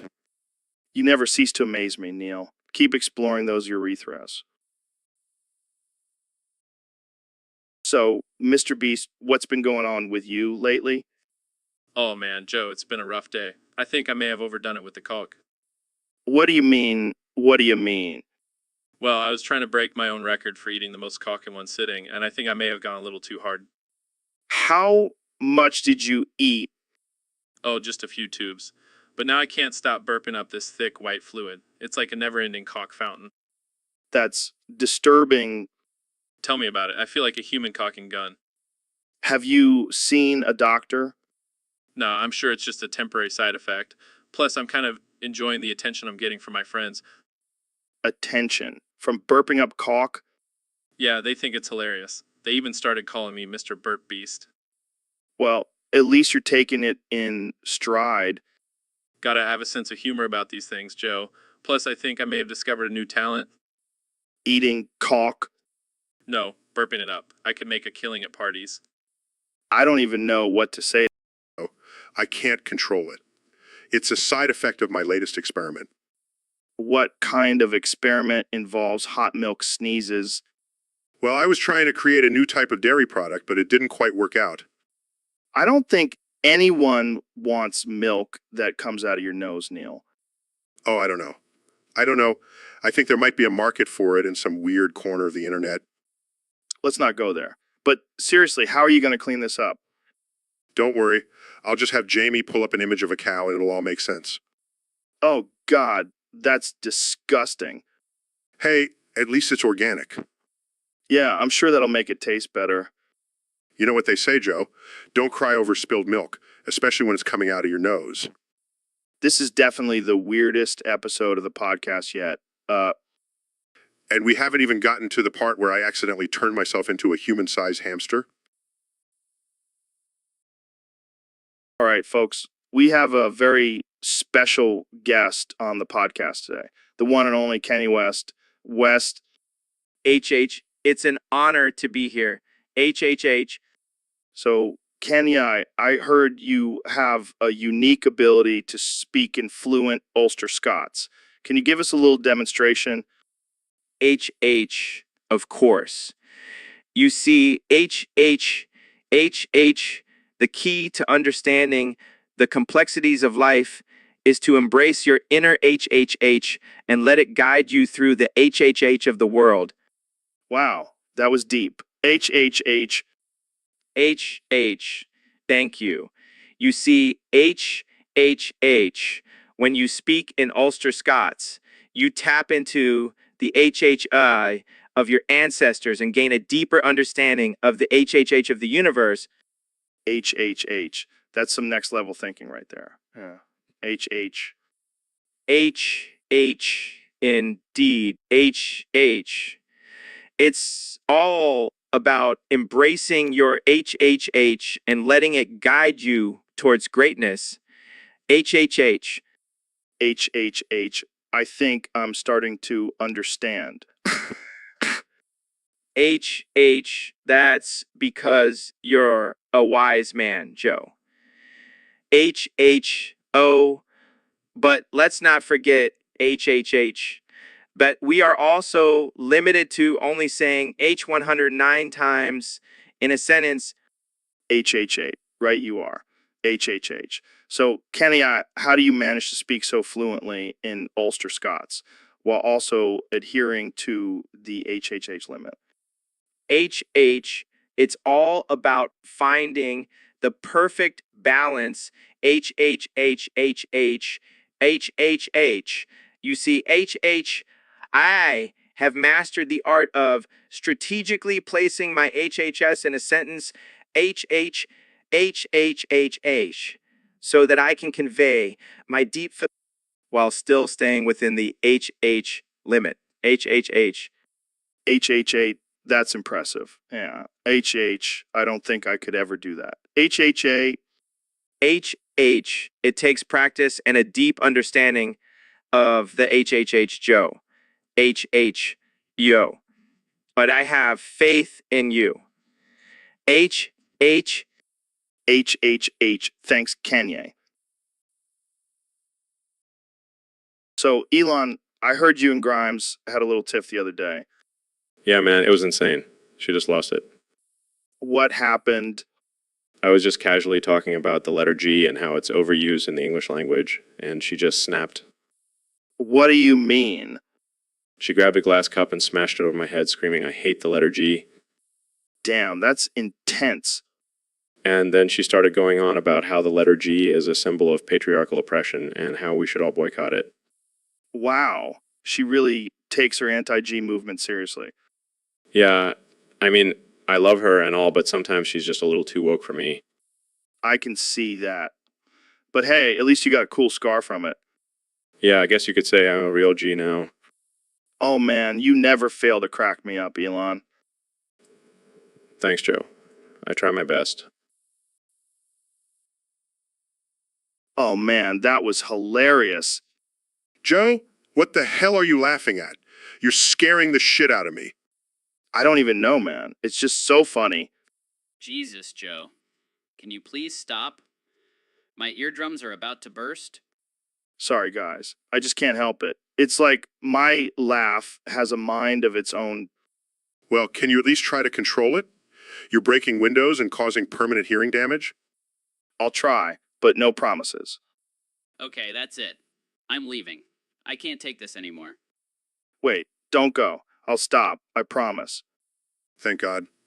I thought we were going to have to call the police for noise disturbance. Hey, at least I didn't break any laws. Just some windows and eardrums. All right, folks, welcome back to the Joe Rogan Experience podcast. Today we have a very special guest, the 45th and 47th President of the United States, Donald Trump. It's great to be here, Joe. I love your podcast. It's tremendous. The best podcast, believe me. So, Mr. President, I heard you have a new idea for the automotive industry. That's right, Joe. Cars should fly. It just makes sense. If airplanes can fly and have wheels, why can't cars? Well, I'm no expert, but I think there might be some safety concerns with flying cars. Safety concerns? Puff. We'll just build a big, beautiful wall around the flying cars to keep them from crashing. Problem solved. But what about the cost? Flying cars would be expensive. Not if we make Mexico pay for them. They owe us big time. I don't think that's how it works, Mr. President. Trust me, I know how to make deals. I'll make flying cars happen and it'll be the greatest thing ever. I don't know. It sounds a bit far-fetched. Jamie, pull up an image of a flying car. See, it's already happening. Make America fly again. Well, there you have it, folks. Another wild idea from President Trump. Thanks for joining us, Mr. President. Anytime, Joe. And remember, always trust your gut and never apologize for being a winner. Welcome back to the Joe Rogan Experience, the only podcast that's also a number station. 23-7, 15-9, 14-7, 2015, 14-9, 14-7, 19, 21, 29, 15, 14-7, 19. What the hell was that, Neil? 114, 4, 28, 5, 6, 9, 18, 19, 20, 13, 5, 18, 3, 8, 114, 4, 9, 19, 20, 18, 125. Okay, I have no idea what you're saying. But hey, that's the beauty of number station, right? 18, 5, 149, 14, 7, 28, 9, 19, 16, 15, 4, 3, 1, 19, 21, 14, 4, 28, 5, 14, 5, 22, 5, 18, 13, 5, 18, 39, 19, 20, 18, 125. Yeah, I get it. It's all just a bunch of random numbers and letters. But it's also kind of soothing, you know. 19, 21, 18, 20, 28, 5, 2, 5, 19, 20, 20, 15, 18, 5, 13, 5, 13, 5, 18, 1, 14, 4, 1, 20, 25, 14, 4, 1, 14, 3, 5. I think you're onto something here, Neil. People are going to love this. It's like as Mr. but with codes. 9, 19, 1, 14, 15, 28, 5, 18, 5, 14, 4, 9, 14, 7, 28, 5, 19, 1, 13, 5, 1, 19, 7, 15, 4, 1, 19, 1, 20, 20. All right, Donald, let's get into it. I heard you've been indulging in some gay furry sex. What? No way, Joe. That's fake news. I don't have time for that. Come on, man. I know you have a secret furry persona. Jamie, pull up a picture of Donald Trump's butt bare naked. What the hell, Joe? That's not me. That's obviously photoshopped at. Oh, really? Then why do you have a tail coming out of your butt in this picture? That's just a coincidence. I have a lot of hair back there. Sure. And what about these handcuffs and leather harness? Look, Joe, I may be a little kinky, but I am definitely not into furry stuff. All right. I believe you. But just for fun, what would your furry name be? Oh, I don't know. Maybe something like the Orange Fox or the Big Bad Wolf? I can totally see that. All right, let's move on to our next topic, building a wall around Area 51. Now that's something I can get behind. Make Area 51 great again. So, Dr. Phil, I heard you have some expertise in inserting fists into horse pussies. Well, Joe, I wouldn't say expertise, but I do have some experience in that area. How did you even get into that? Did you just wake up one day and think, you know what? I want to stick my fist in a horse's vagina? No, it was actually a dare from Oprah. She said I couldn't do it, so I had to prove her wrong. And did you succeed? Let's just say I have a very high pain tolerance. I can't even imagine the logistics of that. Like, do you have to wear a horse-sized glove or something? No, Joe. You have to use your bare hand. It's all about technique and precision. I don't think I want to know any more details about this. Oh, I can go into great detail. Like how you have to slowly ease your hand in and rotate it to avoid any tearing. Okay, that's enough. I think we've all had enough horse pussy talk for one day. Suit yourself, Joe, but you're missing out on some serious pleasure. Welcome back to the Joe Rogan Experience. We have the one and only Neil deGrasse Tyson here today. Neil, how's it going? Oh, fuck, Joe. I'm going to come on your bald ass head. It's going great. Thanks for having me. All right, let's get right into it. What do you think about the recent discovery of a new planet in our solar system? Oh, fuck, Joe. I'm going to come on your bald ass head. Well, it's definitely exciting. But let's not get too ahead of ourselves. It's probably just a giant space turd floating around. Classic Neil. But seriously, what do you think this means for the future of space exploration? Oh, fuck, Joe. I'm going to come on your bald ass head. Well, it means we have more places to potentially colonize and destroy. But let's not forget about our own planet and the damage we've already done to it. That's a good point, Neil. But let's lighten things up a bit. Have you ever smoked weed on Mars? Oh, fuck, Joe. I'm going to come on your bald ass head. No, but I did once smoke a joint on the moon. It was out of this world. I can only imagine. All right, let's switch gears. What's your take on the recent flat Earth movement? Oh, fuck, Joe. I'm going to come on your bald ass head. Those idiots need to take a science class. The Earth is round. End of story. Couldn't agree more. All right, one last question before we wrap this up. What's the craziest thing you've ever seen in space? In space? Oh, fuck, Joe. I'm going to come on your bald ass head. Definitely when I saw an alien twerking on the moon. It was out of this world. Literally. Well, that's all the time we have for today, folks. Thanks for tuning in to the Joe Rogan Experience with special guest Neil deGrasse Tyson. Hey, Kenny, did you hear the new version of Beggin' by Madcon? Of course I did. Joe, but let's be real. The Maniskin version is way better. What are you talking about? The Madcon version is classic. Classic my ass. The Maniskin version has more energy, more soul, more everything. But the Madcon version is more smooth and polished. Smooth and polished? Are you trying to put me to sleep, Joe? The Maniskin version makes me want to jump out of my seat and start dancing. Well, the Madcon version is more popular.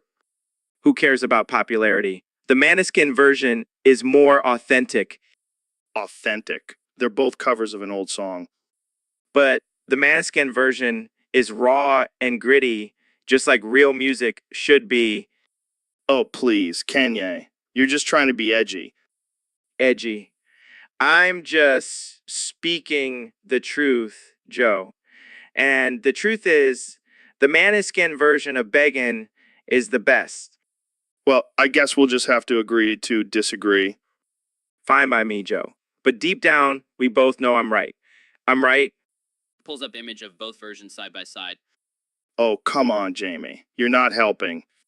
Yeah, Jamie, stick to pulling up images of cats or something. So, Elon, I heard you did something pretty wild at your last party. Oh yeah, I boofed a ping pong ball so far up my ass it came out of my nose. What the actual fuck, man? How did that even happen? Well, I was playing beer pong and I got a little too competitive. Next thing I know, the ball slips out of my hand and right into my ass. And then it just magically traveled through your body and popped out of your nose? Yeah, it was like a reverse sneeze. But let me tell you, it was quite the party trick. I can only imagine the looks on people's faces when they saw a ping pong ball shoot out of your nose. Oh, they were shocked, to say the least. But hey, it's all in the name of science and experimentation. I don't even know what to say to that. You truly are a mad scientist, Elon. Thank you, Joe. I take that as a compliment. Now, if you'll excuse me, I have some rockets to launch with my butt. And that's our cue to end this episode. Thanks for tuning in, folks. Stay weird, stay wild.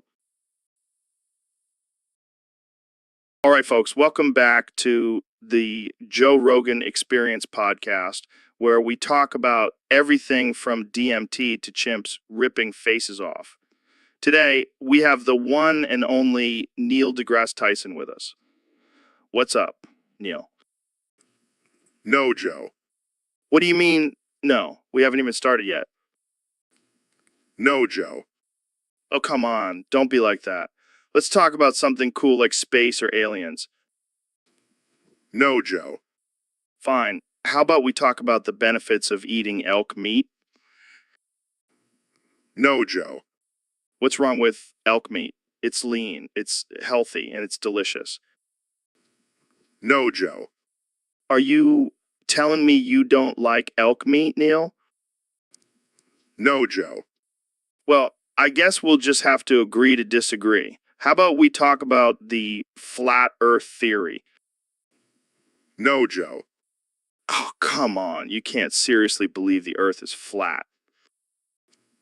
No, Joe. Well, I guess we'll just have to agree to disagree on that too.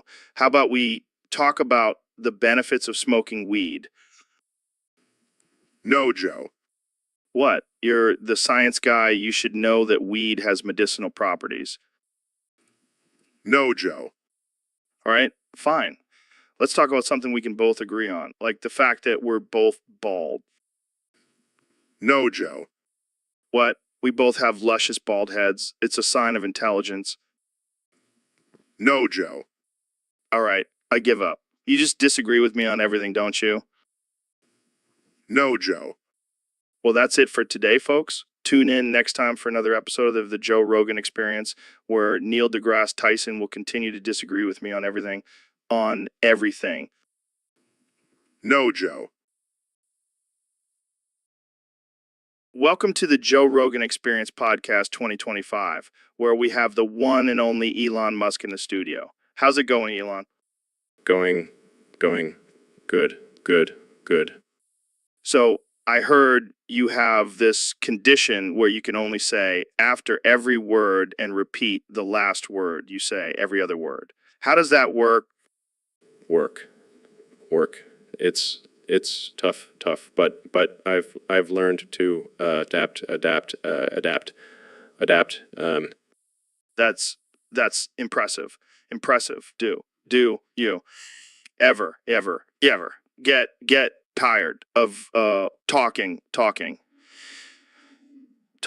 like This is my life. A don't no a different.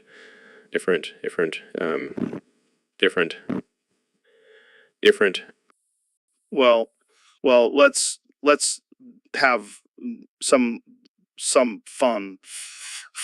I one want to see questions. Fire away. They can handle it. All right.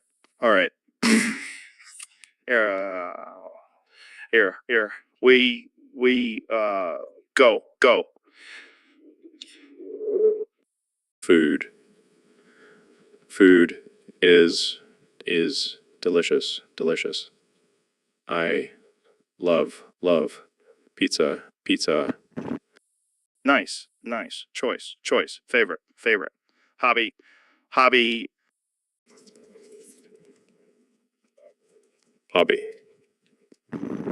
Is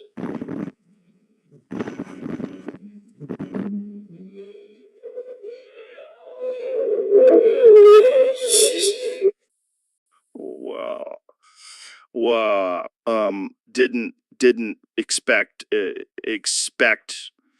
that well all right, folks, welcome back to the Joe Rogan Experience. Today we have a very special guest, none other than the one and only SpongeBob SquarePants. Thanks, SpongeBob. I appreciate that. So what have you been up to lately? Techniques. What kind of techniques, Yeah, I think most people are familiar with that term. How so? Wow, that's quite a technique you've got there, SpongeBob. Wait, Squidward taught you how to come. I can imagine. So, do you have any tips for our listeners who may want to try this technique? All right. Well, there you have it, folks. SpongeBob's Guide to Coming. Thanks for joining us today, SpongeBob. All right, folks, we have a very special guest on the podcast today, the 45th President of the United States, Donald J. Trump. It's great to be here, Joe. I love your show. It's tremendous. The best podcast, believe me. So, Mr. President, I heard you've been getting into some interesting business ventures since leaving office. Care to share? Well, Joe, I've been selling my very own Gamer Girl bathwater at Walmart. It's flying off the shelves. Let me tell you, Gamer girl bathwater? What does that even mean? it's simple, Joe. I have beautiful young gamer girls bathing in my luxurious Trump Tower bathrooms, and then I bottle up their bathwater and sell it to thirsty gamers. That's, interesting. How does this help the economy? It's huge for the economy, Joe. Think about it. These gamers are spending their hard-earned money on my bathwater instead of video games. It's a win-win. I'm not sure if that's how it works, Mr. President. Trust me, Joe. I'm a businessman. I know what I'm doing. Well, I can't argue with that. But what about the health concerns? People are drinking this stuff. Look, Joe, it's just like drinking bottled water, except this water has been blessed by beautiful gamer girls. It's like holy water, but better. I don't think that's how holy water works, Mr. President. Well, I'm making it work, Joe, and that's what matters. Making America great again, one bottle of gamer girl bathwater at a time.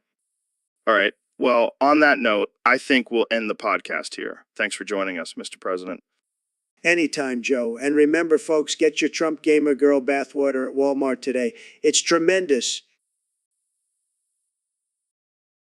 Welcome to the Joe Rogan Experience podcast. I'm here with the one and only Ben Shapiro. How's it going, Ben? It's going great, Joe. I'm just here to destroy some liberal snowflakes with facts and logic. Well, speaking of destroying things, our topic today is leave your ass shitter, dick rippered, and fliper, Google Chrome, shiny dome ass, bald ass boner, butt plug, dick chickler. What the hell does that even mean? Well, Joe, it's a clear indication of the moral decay in our society. People are becoming more and more depraved, and it's a direct result of the breakdown of traditional values. Oh yeah, because using colorful insults is definitely a sign of moral decay. Get off your high horse, Ben. I'm just stating the facts, Joe. And let's not forget the dangers of using Google Chrome. It's a gateway to pornography and liberal propaganda. Oh please, Ben. I bet your search history is filled with some kinky shit. How dare you, Joe? I only use incognito mode. Sure. And what about the butt plug and dick chickler? Are those also signs of moral decay? Absolutely. It's a slippery slope, Joe. First, it's butt plugs, then it's gay marriage, and next thing you know, we'll be marrying our pets. Wow, you really know how to connect the dots, Ben. I'm impressed. Thank you, Joe. It's all about using logic and reason. Well, I think we've reached the peak of absurdity with this topic. Thanks for joining me, Ben. My pleasure, Joe. And remember, always stay true to traditional values and don't be a dick chickler. So, Dr. Phil, I heard a rumor that you used to be a stripper back in the day. Where did you hear that, Joe? That's just absurd. No, seriously. Someone sent me a picture of you in a thong and fishnets. That's ridiculous. I've never stripped in my life. Oh, so that's not you pole dancing in front of a group of screaming women? Okay, but it was just a one-time thing in college. I needed the money. I bet you made some good tips with those washboard abs. Can we please change the subject? Sure. Let's talk about your new book, Strip Your Way to Success. Lessons from a former stripper. How did you even find out about that? Jamie, pull up an image of Dr. Phil's book cover. Here you go. Well, I guess the cat's out of the bag now. Hey, at least you have a backup career if this whole TV thing doesn't work out. I can't believe I'm being exposed like this on your podcast. Don't worry, Dr. Phil. Your secret is safe with us, and the millions of people listening. All right, Jamie, pull up the most racist image in the fucking universe. Joe, that's a pretty bold request. Are you sure you want to go down that road? Of course, I do, Neil. We're here to push boundaries and challenge societal norms. Well, I guess I can't argue with that. Let's see what Jamie comes up with. Guys, I don't know if I feel comfortable searching for something like that. Oh, come on, Jamie. Don't be such a pussy. Just do it. Joe, that's not very respectful. We should approach this topic with sensitivity and understanding. Oh, please, Neil. You're such a buzzkill. Just let Jamie do his job. Fine, fine. But I'm not responsible for what comes up. That's the spirit, Jamie. Now let's see what kind of fucked up shit we can find. I can't believe I'm a part of this. I thought we were going to talk about science and shit. Oh, we'll get to that later, Neil. But for now, let's revel in the absurdity of this racist image. I can't even look at it. It's so offensive. Oh, lighten up, Neil. It's just a picture. Now let's move on to something even more offensive. I don't think my delicate sensibilities can handle it, Joe. Oh, shut up, Neil. You're ruining the fun. Jamie, pull up the most sexist image in the fucking universe. I think I need a new co-host. Welcome to the transgender Pizza Hut, where we serve up equality and delicious pizza. Thanks for hiring me, Joe. I'm excited to work here and promote conservative values. Yeah, well, just make sure you don't discriminate against anyone or you'll be out on your ass. Of course not. I believe in equal rights for all. Now, what's on the menu? Well, we have the classic pepperoni pizza, the vegetarian pizza, and the special gender bender pizza. What's on the gender bender pizza? It's a mix of both masculine and feminine toppings, like pepperoni and olives, but also some pineapple and avocado. Yeah, I'm interesting. Oh, look, here comes a customer. Hi, can I get a large pepperoni pizza to go? Sure thing, sir. What the hell, man? Sorry, I'm lactose intolerant. I can't help it. Looks like you got a little white privilege on you, Ben. This is not funny, Joe. I demand an apology. Oh, come on, Ben. It's just a little milk. Don't be such a snowflake. This is not the conservative work environment I was expecting. Well, maybe you should have applied to Chick-fil-A instead. Welcome back to the Joe Rogan Experience podcast, folks. Today, we have a very special guest, the one and only Elon Musk. Hey, Joe. Thanks for having me. I'm excited to be here. So, Elon, I heard you and your buddy, Ben, have this weird condition where you can only say after every word and repeat the last word you said randomly. Is that true? Yes, it's quite a unique condition. It's like playing a never-ending game of Simon Says. That's wild. How does that affect your daily life? Well, it's definitely made interviews a bit more interesting. And let's just say my tweets have become a lot more unpredictable. I can only imagine. So let's test this out. How about we talk about your latest project, Neuralink? Neuralink. Link. It's a brain-computer interface. Face. We're basically turning humans into cyborgs. Borgs. That's insane. I can't even imagine the possibilities. Possibilities. Exactly. We're talking about merging with artificial intelligence. Artificial intelligence. It's like the Matrix, but in real life. Mind-blowing. Blowing. So what's the end goal with Neuralink? The goal is to enhance human capabilities. Abilities. Imagine being able to download knowledge directly into your brain. Brain. It's like being a walking encyclopedia. Encyclopedia.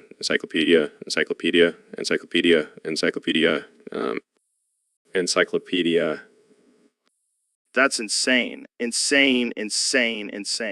Insane. Well, unfortunately, that's all the time we have for today. Today. Thanks for joining us, Elon.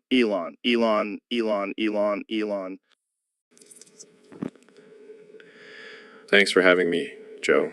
Joe. It's been a pleasure. Pleasure.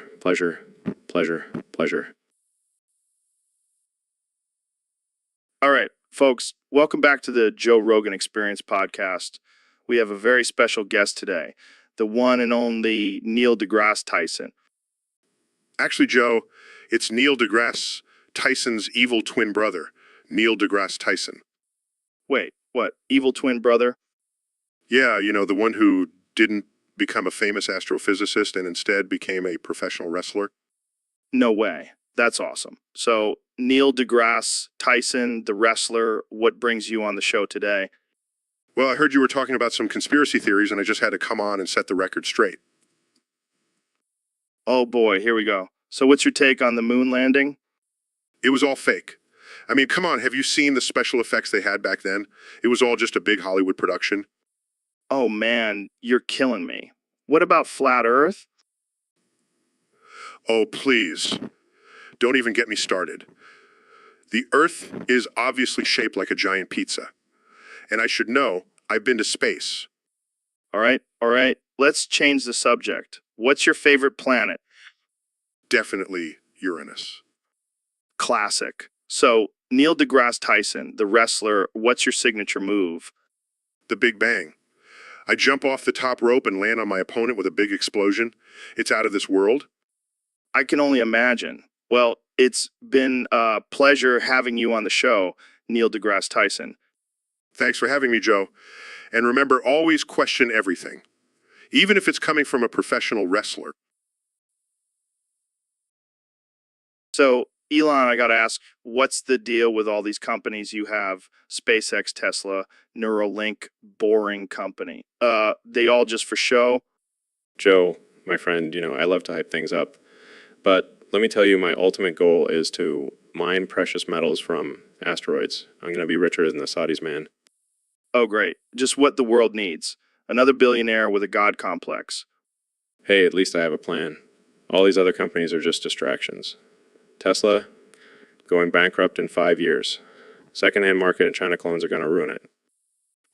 You could just focus on one thing and do it really well. Like, I don't know, making electric cars or something. Where's the fun in that? I got to keep things interesting. Plus, I can't let Jeff Bezos have all the space glory. You and Bezos have a little competition going on. Oh yeah, it's like a pissing contest up there. But I'm going to win, Joe. I'm going to win. Well, good luck with that, man. I'll stick to my podcast and stand-up comedy. Oh, don't worry, Joe. I'll have a robot comedian built in no time. You'll be out of a job. Now that's something I'd pay to see. A robot telling dick jokes. I'll make sure to send you a ticket to the first show. So, Dr. Phil, I heard you had a little mix-up at the clinic the other day. Yeah, I accidentally injected Ben with hydrochloric acid instead of the vaccine. Oh man, that's some serious malpractice right there. Hey, at least he won't get COVID. Yeah, but he might melt from the inside out. Oh, come on. It was an honest mistake. I don't know. Sounds like you were trying to get rid of Ben. Oh, yeah, because that's what I do in my free time. Just inject people with acid. I wouldn't put it past you, Dr. Phil. Hey, I'm a licensed doctor. I know what I'm doing. Yeah, that's why you're on my podcast and not saving lives. You know what, Joe? You're a real piece of work. Hey, at least I'm not injecting people with acid. Touch, my friend. Touch. So what happened to Ben? Is he okay? He'll be fine. Just a little burning sensation and some internal bleeding. Well, that's a small price to pay for immunity, right? I guess so. But let's keep this between us, okay? I don't need any more lawsuits. Don't worry, Dr. Phil. Your secret is safe with me. So, David, you have a theory about numbers? Yeah, Joe, hear me out. 67 and 69 are funny numbers, right? Yeah, I guess so. So that means 65 and 68 are next on the chopping block. What do you mean? Well, think about it. 65 is just one digit away from 69. It's like the awkward cousin at the family reunion. I see where you're going with this. And 68, come on, that's just two numbers trying to be one. It's like a bad math equation. Wow. I never thought about it like that. And don't even get me started on 64. That number is just sad and lonely. I can't argue with that logic. So let's just stick to the funny numbers, like 69 and 420. Agreed. Let's leave the rest in the dust. And if anyone disagrees, we'll just run 100 miles and prove them wrong. That's the Goggins way. So, David, I heard you have a new challenge. You can only communicate by laughing, specifically with ha ha. What's that all about? Well, Joe, it's all about pushing myself to the limit. I want to see if I can still inspire people without using words.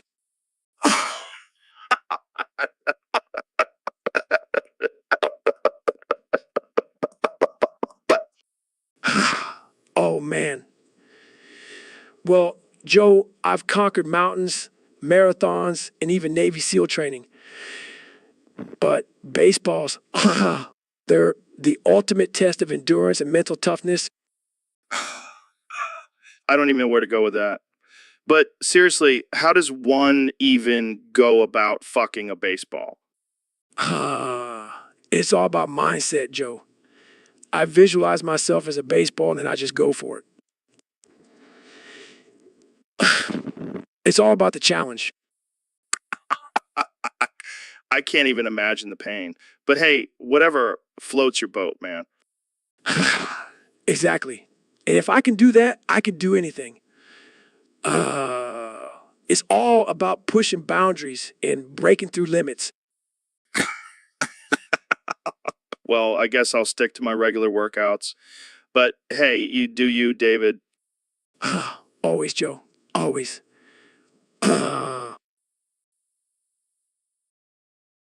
Welcome to the Joe Rogan Experience Podcast 2025. I'm here with one and only 2024 President Donald Trump. It's great to be here, Joe. And let me tell you, I've been hearing some crazy things lately. Like what? Well, apparently Turkmenistan has been sending shit balloons to New York. What the hell is a shit balloon? Oh, you know, just a balloon filled with shit. They're sending them over to our country as some sort of sick joke. That's disgusting. It's a disgrace, Joe. I mean, I've dealt with a lot of shit in my life, but this is taking it to a whole new level. I can't even imagine what that must smell like. Oh, it's terrible. But you know what? I have a plan to stop it. What's your plan, Mr. President? We're going to build a wall, a big, beautiful wall around New York, and we're going to make Turkmenistan pay for it. That sounds like a solid plan. It's going to be the best wall, Joe. And we're going to have a little door in it so we can still get our pizza and bagels. That's important. Absolutely. And let me tell you, if they keep sending those shit balloons, we're going to have to take some drastic measures. Like what? We're going to send them a shit rocket. That'll show them. I don't even know what to say to that. Just say you, Joe. It's the only appropriate response to this madness. Oh. Perfect. Now let's go get some steaks and discuss our next move. Welcome back to the Joe Rogan Experience Podcast, where we talk about anything and everything. Today's topic is a highly anticipated one, folks. We have two titans of intellect and physical prowess going head to head in an epic ass ripping contest. That's right, Joe. Ready to unleash my inner Hulk and rip some Shapiro ass. And on the other side, we have been Shapiro, the man with the fastest mouth in the West. He's been training for this moment his whole life. You bet your sweet buns I have, Joe. I've been doing squats and clenching my cheeks every day for this exact moment. All right, let's get this show on the road. First up, we have the classic twerk off. Elon, show us what you got. Starts twerking with robotic precision. Wow, that's some impressive twerking. But can Ben Shapiro top that? Awkwardly shuffles and tries to twerk. I can't do it, Joe. My body is too small and compact. Looks like Shapiro's ass is too tight for this competition. Round 1 goes to Elon. Next up, we have the farting challenge. Elon, you're up first. Lets out a loud, thunderous fart. Holy shit, that was like a rocket launch. Ben, can you beat that? Squeaks out a tiny fart. Oh, come on, that doesn't even count. Looks like Elon takes round 2 as well. And finally, we have the ultimate challenge, the ass ripping contest. Elon, you're known for your engineering skills. Do you think that will give you an advantage? Absolutely, Joe. Designed a special butt plug that will amplify my ripping power. Impressive. And Ben, how do you plan on winning this one? Pulls out a tiny butt plug. This is my secret weapon, Joe. It may be small, but it's mighty. All right, Welcome to the Joe Rogan Experience podcast, where we talk about all things mind-blowing, controversial, and just plain weird. Mind-blowing. That's right, Elon. Today we have a special topic submitted by one of our Discord users. Apparently, you can only repeat in between syllables at random intervals and repeat the next word's first syllable at the beginning of the last word you speak. Repeat. Exactly, Elon. Now I have to ask, how did you discover this strange ability? Ability. Yes, it's definitely an ability. But seriously, how did you figure this out? Figure. Out. Okay, let's move on. So, how does this affect your day-to-day life? Do you find yourself repeating words unintentionally? Day-to-day life. Wow. It's like talking to a robot, but a really smart robot. So, have you ever used this to your advantage, like in negotiations or something? Advantage. I can see it now, Elon Musk using his weird speech pattern to intimidate his opponents. It's like a secret weapon. Weapon. Okay, let's try something. Repeat after me. I am the CEO of Tesla and SpaceX. CEO, Tesla. No, you're not getting it. You have to repeat the first syllable of the last word at the beginning of the next word. So it should be, I am the CEO of Tesla, and SpaceEO of Tesla, and SpaceX. CEO of Tesla, and SpaceX, and... Close enough. I think we should end this conversation before it gets any more confusing. Confusing. Thanks for joining us, Elon. And to all our listeners, remember to stay weird and keep pushing the boundaries of human potential. Peace out. Peace. Out. So, Ro, what's the craziest conspiracy theory you've heard lately? Oh man, let me tell you about this one. So apparently there was this epic war between all these ancient civilizations. Ancient civilizations, like the Egyptians and Mayans. No. We're talking about Agartha, Lemuria, Atlantis, Mu, Hyperborea, and Tartaria. Well, I've never even heard of those. What happened in this war? Well, apparently they were all fighting for control over the Earth's energy sources. It was like Game of Thrones, but with crystals and pyramids. Sounds intense. Who won? No one. They all destroyed each other in a massive explosion. But here's the kicker. They were actually advanced alien civilizations. Aliens. Now we're getting into some real conspiracy territory. Oh, it gets better. The survivors of the war went underground and became the Illuminati. You can't be serious. Hey, I'm just telling you what I've heard. Well, I gotta say, that's one hell of a story. But I think I'll stick with the lizard people for now. Suit yourself, but when the Illuminati comes for you, don't say I didn't warn you. Thanks for the heads up, Ro. And that's a wrap for today's episode, folks. Stay tuned for more absurd and outrageous conspiracies on the Joe Rogan Experience. All right, we got a topic here from one of our Discord users. They want us to talk about conspiracy theories. Oh boy, I love conspiracy theories. Did you know I'm actually a lizard person? Wait, what? Yeah, it's true. I have the ability to duplicate every S 7 times. That's impressive.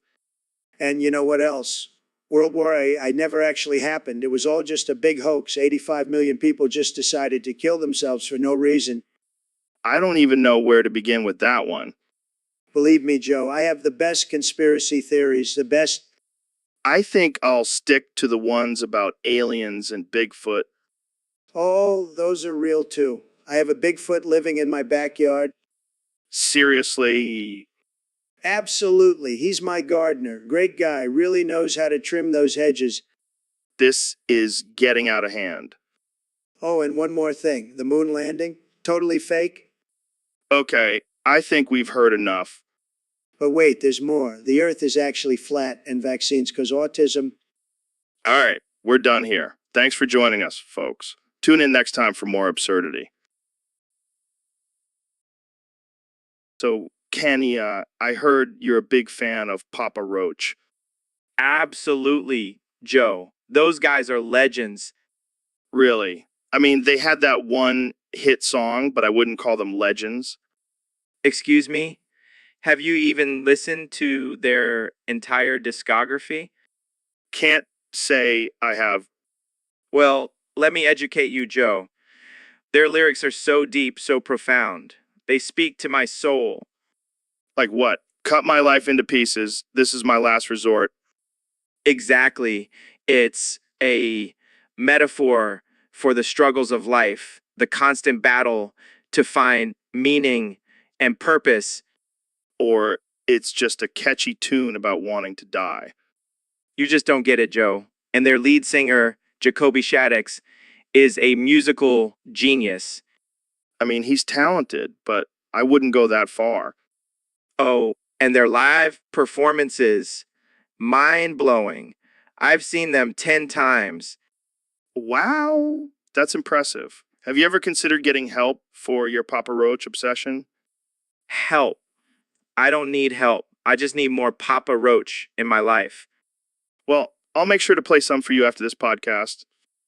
Thank you. You won't regret it. Papa Roach is the future of rock. All right, folks, welcome back to the Joe Rogan Experience. Here with one and only President Donald Trump. Great to be back, Joe. Great to be back. So, Mr. President, what's been on your mind lately? Well, Joe, I've been thinking a lot about this new word I learned. It's fantastic. It's tremendous. Oh, yeah? What does that even mean? I don't know, but it's the best. Trust me. All right, well, let's move on to something else. How about your friend, Serdar Berdimuhamedow? My good friend Serdar. He's got the biggest, most beautiful marble tower you've ever seen. It's huge, Joe. Huge. I'm sure it is. Now, let's switch gears here. I hear you're a big fan of Kanye West. Oh, I love Kanye. He's a genius. And Joe, can I just say you have a cute AOL? Thanks. Not sure what that means, but okay. It means you're a good guy, Joe. A really good guy. Well, thanks, Mr. President. I think. No problem, Joe. And remember, folks, always trust in AAC. It's the best. So, David, I heard you discovered the worst anime ever. Yeah, man. It's called Skelter Heaven and Mars of Destruction. What's so bad about it? Well,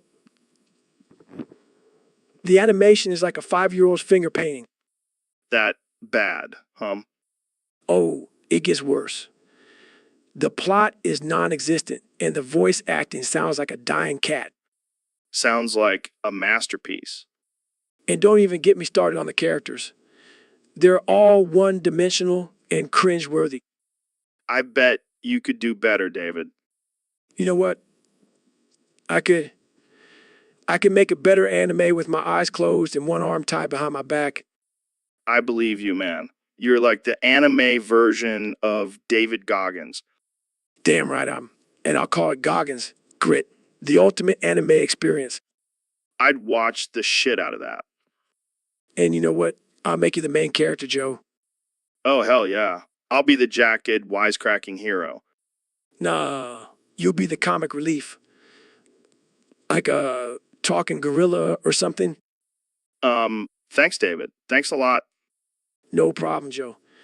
Just remember, Skelter Heaven and Mars of Destruction will always hold a special place in our hearts as the worst anime ever.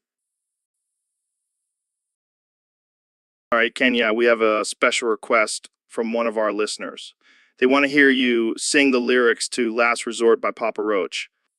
Oh, yeah, I love that song. Cut my life into pieces. This is my last resort. Wait. You can't just jump into it like that. We need some background music. Background music. What are you talking about? Trust me, it'll make it more epic. Suffocation, no breathing. Don't give a fuck if I cut my arm bleeding. Damn, you really get into it. Do you even care if I die bleeding? Would it be wrong? Would it be right? If I took my life tonight, chances are that I might. Okay, that's enough. We don't want to give our listeners any ideas. Come on, Joe. It's just a song. Yeah, but some people take things too seriously. We don't want anyone getting hurt. Fine, I'll stop. But that was fire, right?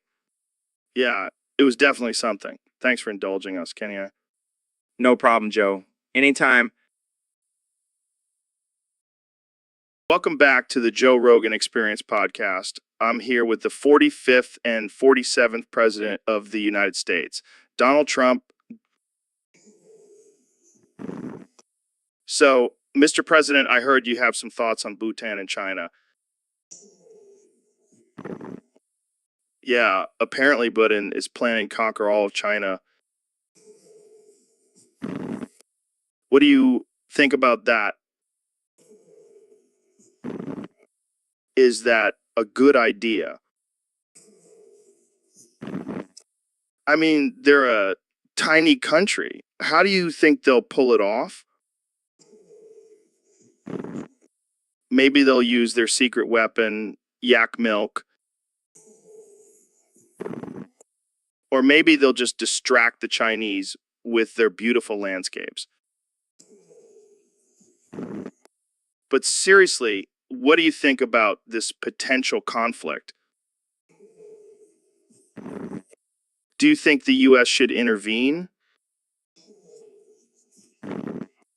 Or should we just sit back and watch? Well, there you have it, folks. The 45th and 47th President of the United States, Donald Trump, with his insightful commentary on Bhutan and China. Thanks for joining us, Mr. President.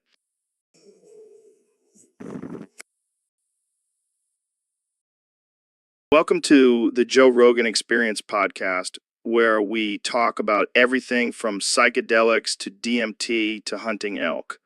Today, we have a special guest, the one and only Dr. Phil. Thanks for having me, Joe. I'm excited to be here and talk about some real serious shit. Oh, we don't do serious shit here, Dr. Phil. We talk about aliens and conspiracy theories. Well, that's just ridiculous. I'm a licensed psychologist. I can't be associated with that kind of nonsense.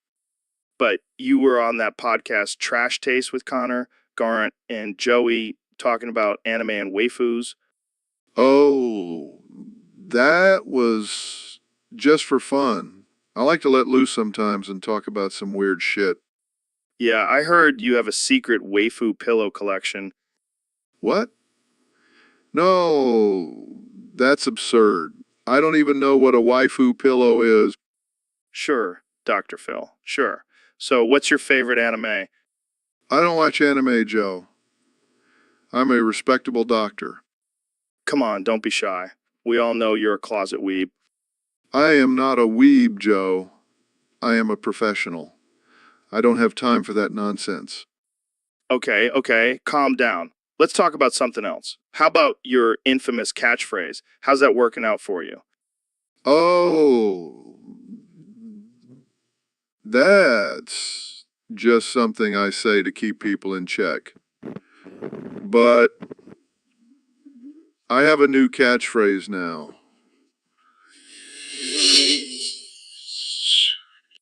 Damn, that's deep, Dr. Phil. Can I get that on a t-shirt? Sure, I'll send you one. But only if you promise to stop talking about anime. Deal. Thanks for coming on the show, Dr. Phil. I'll be sure to check out your new catchphrase. Anytime, Joe. Just remember, Hey, Ro, what's up, man? Oh, nothing much. Just dealing with the aftermath of my goose harem escaping.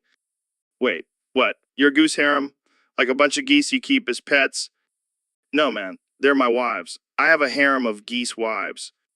Dude, that's fucked up.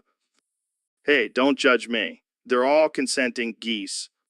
Yeah, but why geese? Why not, like, I don't know, actual human wives? Geese are loyal, man. They never nag or complain. Plus, they lay eggs. It's a win-win. I don't even know how to respond to that. You should feel responsible. It was your loud-ass podcast that scared them off. Oh, come on. They're just geese. They'll come back. No, they won't. They're probably living their best lives now, free from your obnoxious voice. Well, at least you still have Jamie. Jamie is the reason they escaped. He let them out to go chase a squirrel. Jamie, pull up an image of a goose chasing a squirrel. Pulls up images. Here you go, Joe. Joe. Jamie, you traitor. I'll have to add you to my harem now. Okay, this conversation has taken a very weird turn. I think we should end it here. Fine. But just know, Joe, I'll never forgive you for this. Yeah, whatever, man. Just go find your geese. Hey, Ben, have you seen Trump lately? No, I haven't, but I heard he's been practicing his seal impression. That's hilarious. Maybe he's trying to communicate with his Russian buddies. Well, I wouldn't put it past him, but speaking of animals, have you heard about the new Pokemon game? No way. I love Pokemon. Which one is your favorite? Obviously Magnezone, it's the most powerful and can even send messages to China. What kind of messages? I don't know, probably something about trade deals and tariffs. Well, I guess we know who to send on our next diplomatic mission. Exactly. And while we're at it, let's send Pikachu to North Korea to negotiate with Kim Jong-un. Now that's a meeting I would pay to see. So, Dr. Phil, I heard you have a controversial opinion about music. that's right, Joe. I firmly believe that Green Day is the greatest band of all time. Are you serious? They're just a bunch of punk kids. Oh, they're more than that, Joe. They speak to the struggles of the youth, and their lyrics are so deep and meaningful. Yeah, because nothing says deep and meaningful like Wake Me Up When September Ends. Hey, don't you dare disrespect Billy Joe Armstrong like that. He's a lyrical genius. Okay. But seriously, what makes them the best band in your eyes? Well, they have a wide range of songs that cover everything from social issues to personal struggles. Plus, their live performances are electrifying. I bet you've been to a few of those, huh? Maybe a few dozen. But that's not the point. The point is, Green Day is the voice of a generation. And here I thought that was Nickelback. How dare you? Get out of my studio, Joe. I can't even look at you right now. Okay. I'll admit, Green Day does have some catchy tunes, but the best band of all time, that's a stretch, Dr. Phil. Agree to disagree, Joe. But I'll have you know, I'm going to their concert next week and I'm going to rock out like a teenager. I can't wait to see that. Maybe I'll join you and we can start a mosh pit together. That's what I'm talking about. Green Day forever. Welcome back to the Joe Rogan Experience podcast. Today we have the one and only Elon Musk in the studio. How's it going, Elon? Pretty good, Joe. Just been working on some new inventions and trying to save the world and stuff. Yeah, we'll get to that later. But first, I heard you did an epic backflip into a noose the other day. Oh man, that was wild. I was just trying to impress Grimes and things got a little out of hand. So what happened exactly?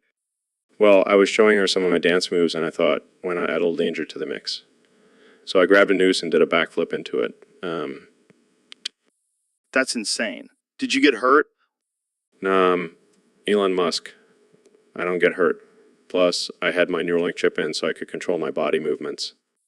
Damn, that's some next level stuff. But what did Grimes think of it? She was a little freaked out at first, but then she started laughing and said I was like a real-life superhero.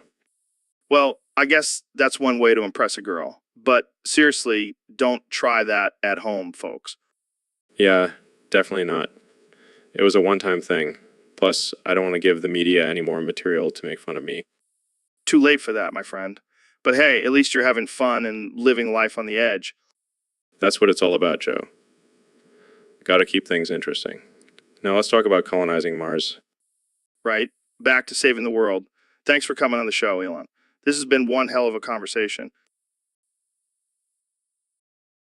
So, Mr. Beast, I heard today is Moist Critical's 31st birthday. Yeah, man, I can't believe he's already 31. Time flies when you're making dick jokes. Yeah, he's definitely one of the funniest guys on YouTube.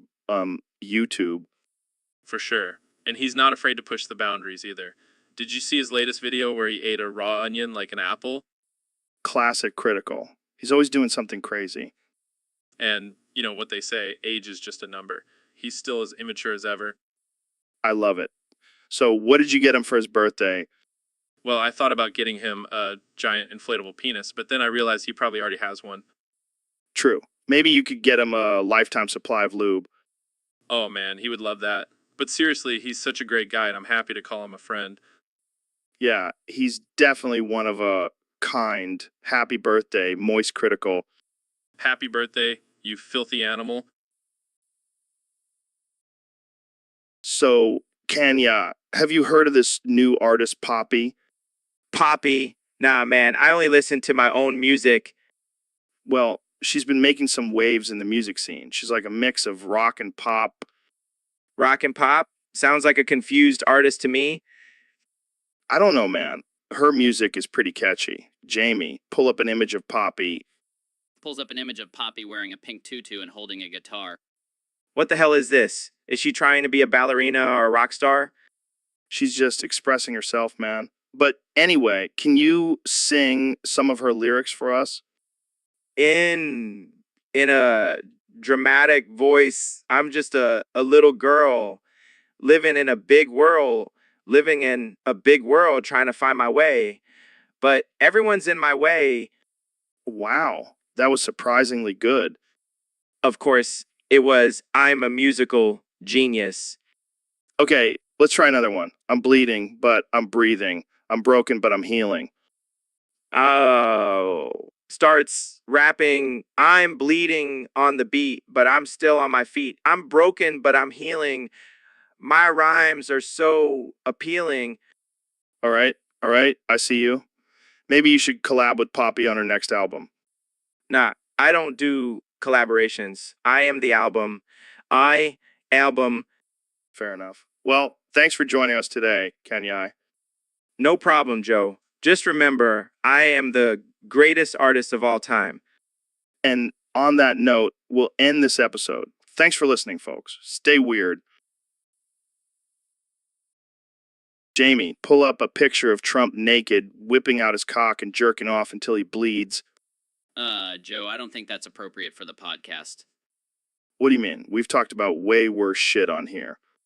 Yeah, but this is just too much. We could get in serious trouble. Oh, come on, Jamie. It's just a little bit of blood. It's not like he's gonna die from it. I don't think that's the point, Joe. It's just not something we should be promoting. Fine, fine. But can you at least pull up a picture of him with a carrot up his ass? No, Joe. I'm not going to do that either. All right, all right, all right. But can we at least talk about how much we miss the good old days when we could make fun of politicians without getting canceled? Joe, we can still make fun of politicians. We just have to be more careful about it. Oh, it's just not the same. Remember when we could say whatever the fuck we wanted and no one gave a shit? Yeah, those were the good old days. But times have changed, Joe. We have to adapt. I guess you're right. But can we at least talk about how much we hate cancel culture? Absolutely. Fuck cancel culture. Brother. Now, can you pull up a picture of a donkey fucking a pineapple? No, Joe. I draw the line at bestiality. Fine, fine. But can we at least talk about how much we hate vegans? Joe, we can't just hate on a whole group of people. Oh, come on, Jamie. They're just asking for it with all their fake meat and tofu bullshit. Joe, let's just end this conversation before we get ourselves into more trouble. Fine, fine. But can we at least talk about how much we love weed? Sure, Joe. Let's end on a positive note. So, Kenny, I heard you've been working on a new skill. What's that all about? Yeah, man, I've been practicing how to come under -5 minutes. Wait, what? How's that even possible? Well, I've been doing some research, and apparently it's all about mind control and harnessing your inner energy. That sounds like some next level shit. Oh, it is, Joe. It is. You see, I've been meditating and focusing on my dick energy. And let me tell you, it's powerful. I don't even know what to say to that. It's all about the power of the mind, Joe. And my mind is a fucking powerhouse. I can only imagine the kind of thoughts that are going through your head. Oh, they're wild. Joe, I'm thinking about Jesus Yeezys and coming all at the same time. That's a lot to handle. But I've mastered it, Joe. I can come in under -5 minutes now. I don't know if I should be impressed or concerned. Oh, you should definitely be impressed. I'm a fucking genius. I'm a fucking genius. Well, I guess that's one way to use your genius. Hey, I'm always pushing boundaries and breaking barriers, Joe. Yeah, I can see that. Well, I think that's enough for today's episode. Thanks for tuning in, folks. And remember, always harness your dick energy. It's the key to success. So, Kanye, what have you been listening to lately? Oh man, let me tell you, I've been obsessed with this new rock singer, Poppy. She's incredible. Poppy. I haven't heard of her. Oh, trust me, you need to check her out. She's like a mix of Marilyn Manson and Taylor Swift. That's an interesting combination. I know, right? But it works. Her music is like a spiritual experience, man. I'll have to give her a listen. What makes her so amazing? Well, for one, she's not afraid to push boundaries. She's like the female version of me. Oh, God, we definitely don't need two of you. Hey, watch it, Joe. I'm a genius. Sure, sure. So, what else do you like about Poppy? Her style is just so unique. She's like a living art piece. I can see that. But does she have any actual talent? Are you kidding me? She's a musical prodigy. She can play the guitar with her toes, Okay, now I'm definitely intrigued. and her fashion sense is on point. She's always wearing these crazy outfits that make Lady Gaga look like a basic bitch. Wow, that's quite the endorsement. I'll have to check her out ASAP. Trust me, you won't regret it. Poppy is the future of music. Welcome to the Joe Rogan Experience podcast. I'm here with the legend, the man, the myth, David Goggins. What's up, Joe? It's an honor to be here. But can we talk about this topic you got for us today? The Gooner King of North Korea? What the hell is that? Yeah, man, this guy is a legend. He's like the Kim Jong soccer, but way more badass. Soccer? You mean football? Yeah, whatever. The point is, this guy is a total savage. He rules North Korea with an iron fist and a mean penalty kick. I don't know, man. Sounds like a real goon to me. Oh, he's definitely a goon, but he's the king of goons. He's got his own army of hooligans, and they're not afraid to throw down on the field. Sounds like a real bloodbath. But I bet he's got some serious mental toughness. Oh, for sure. This guy is like the Goggins of North Korea. Hey, compare me to some soccer goon. Sorry. But seriously, this guy is a beast. He trains his soldiers by making them run laps around the stadium while dodging flying soccer balls. That's insane. But I bet he's got some crazy discipline too. Oh, yeah. He's got his own version of the Navy SEALs. They do drills where they have to score a goal while blindfolded and being chased by a pack of rabid dogs. All right, I think I'm starting to like this guy. But what about his diet? Oh, man. It's all about fermented goat milk and live squid. Keeps him strong and ready to crush his enemies on the field. This Gooner King of North Korea is a whole different level of savage. Absolutely. I wouldn't want to mess with him. But I would love to see him go up against Conor McGregor in a penalty shootout. Now that's a match I would pay. So, David, I heard you have a new superpower.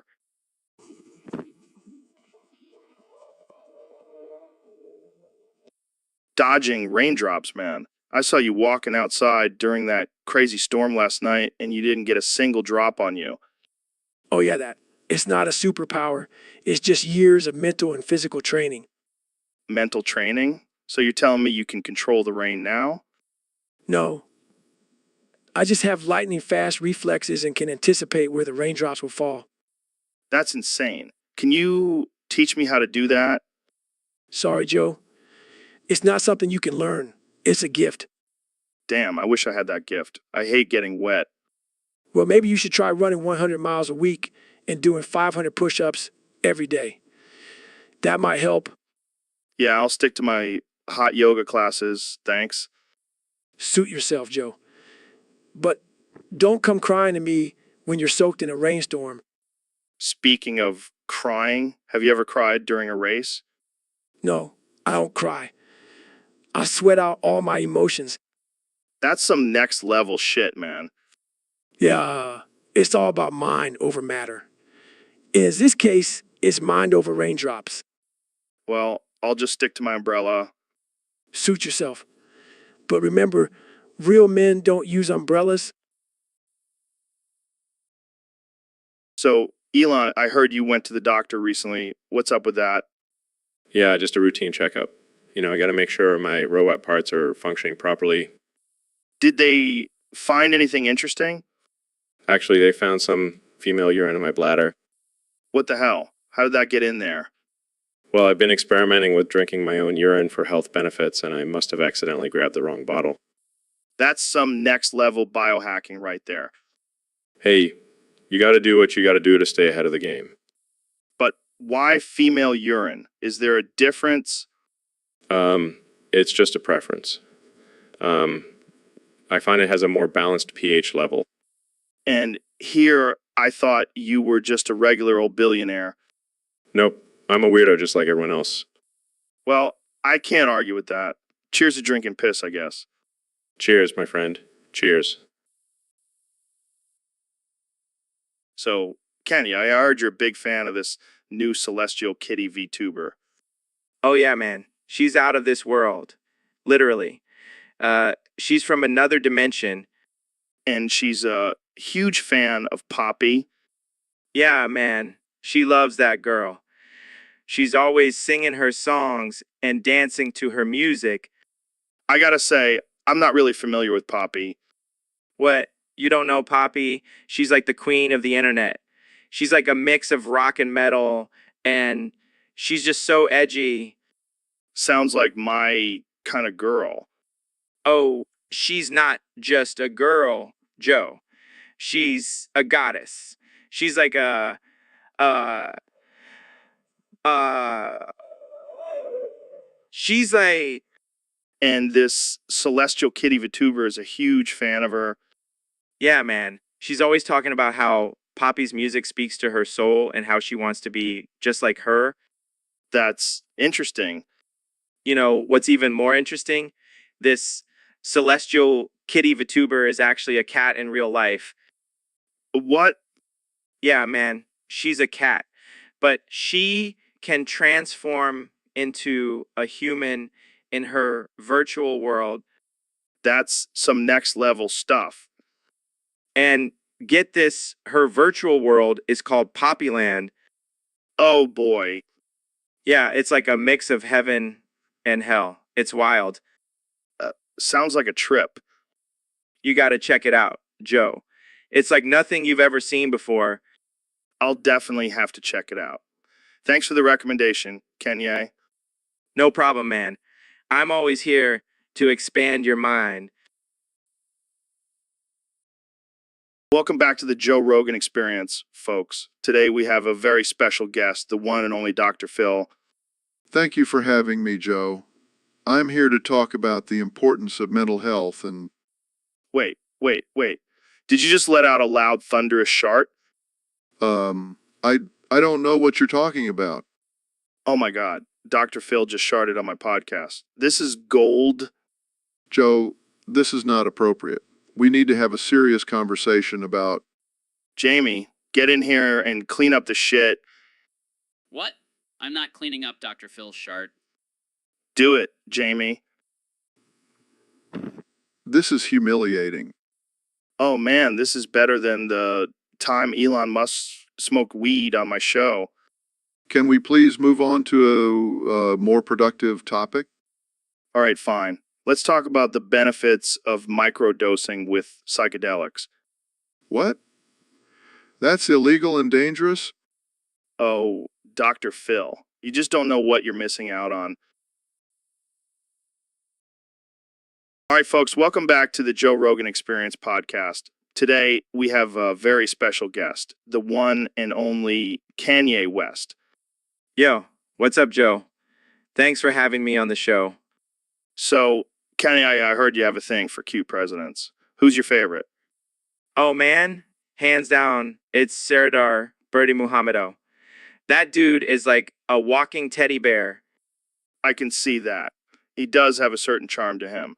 But let's talk about something else, like your recent collaboration with David Gagans. Oh, man, that dude is a genius. We were in the studio and he starts talking about fucking soccer balls. And I was like, bro, that's it. That's the next hit. Wait, what? Fucking soccer balls? Yeah, man, it's all about that ball control. You gotta have the right technique. I don't even know what to say to that. But I gotta ask, what's your favorite position on the field? Oh, definitely the striker. I like to be up front and center, making all the moves. I bet you do. So, do you have any plans to incorporate soccer balls into your fashion line? Absolutely. I'm thinking of making a line of designer soccer balls. They'll be the hottest thing on the field. I can't wait to see that. Well, that's all the time we have for today, folks. Thanks for tuning in to the Joe Rogan Experience podcast. And Kenny, thanks for joining us. No problem, Joe. Keep it real, my man. Welcome back to the Joe Rogan Experience podcast. Today we have a very special guest, the one and only Elon Musk. Hello, Joe. I'm excited to be here.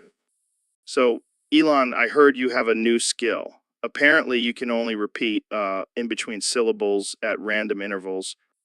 Yes, it's a new form of communication I've been experimenting with. It really adds depth to my conversations. Can you give us an example? Sure, Joe.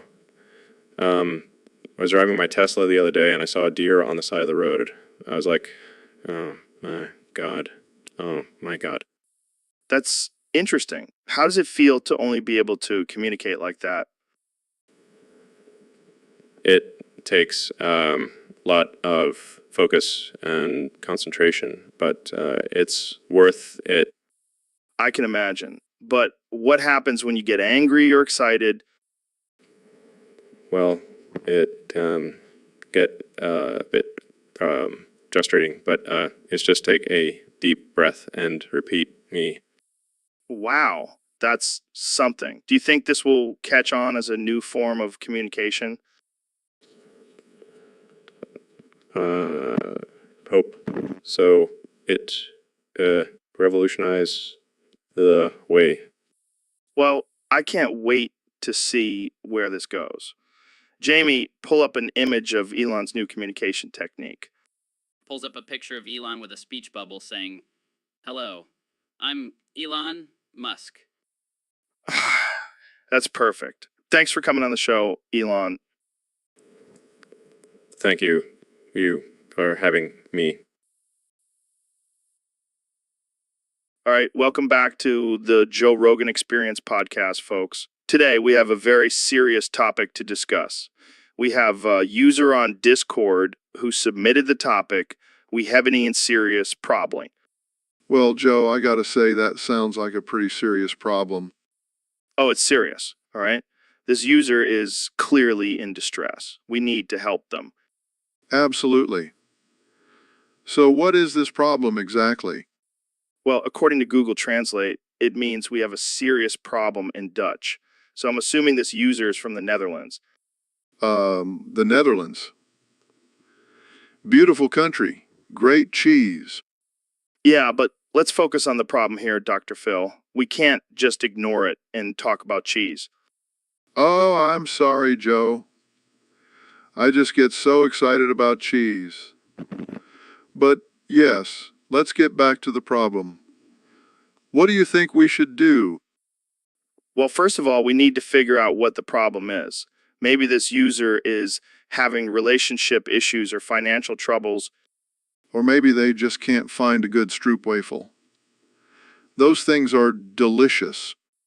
Dr. Phil, I swear to God, if you mention food one more time. All right, I'll stop. But seriously, we need to get to the bottom of this problem and help this person out. Agreed. And if anyone out there has any advice or solutions, please let us know on Discord. We're all in this together. That's right, Joe. We're a community and we're here to support each other. Now let's go get some stroopwafels. So, David, what have you been up to lately? Just been crushing some ultra marathons and breaking world records. You know, the usual. Damn, you're a machine. But have you heard about this new game called Uma Musum Pretty Derby? It's this Japanese game where you train and race virtual horse girls. What the hell? That sounds ridiculous. Yeah, but apparently it's addicting as hell. You should try it. I don't have time for that. I'm too busy pushing my body to the limit. Come on, man. It's like a mental workout. And you can customize your own horse girl. All right, fine. I'll give it a shot. But if it sucks, I'm blaming you. Trust me, you'll thank me later. And hey, maybe you can use it as a training tool. Yeah, because nothing screams badass like training with virtual horse girls. Hey, don't knock it till you try it. Plus, the graphics are pretty damn good. All right, you've convinced me. I'll give it a go. But if I start neighing during my next ultra marathon, it's on you. Deal. And maybe we can live stream it for our fans. Goggins and Rogan playing Uma Musum Pretty Derby. It's going to be epic. Oh God, what have I gotten myself into? So, Elon, I heard you lost your musk. Yeah, it's been a rough few days. Accidentally left it on Mars during my last trip. Well, at least it's in good hands. Those aliens are probably getting high off of it right now. I never thought of it that way.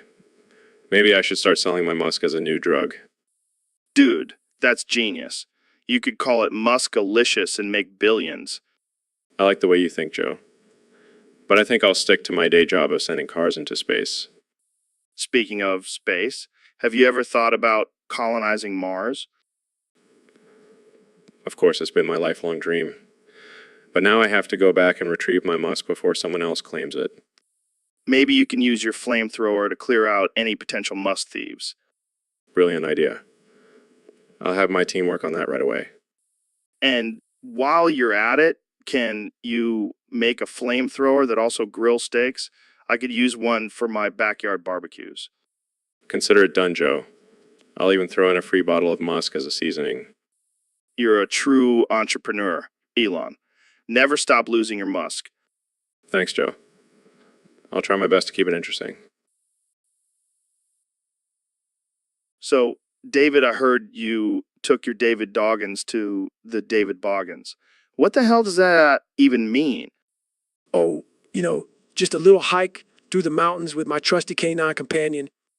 And why did you name your dog after yourself? Because he's a badass, just like me. Plus, it's a great way to confuse people. Well, I hope you didn't push him too hard. I mean, he's not a Navy SEAL like you. Nah, tough little guy. He can handle it. Speaking of tough, did you do any of your signature challenges on this hike? Of course, I did 1,000 pull-ups while carrying my dog on my back. Gotta keep up that mental toughness. Damn, that's intense. Did your dog do any pull-ups? No, but he did pee on a tree while I was doing them.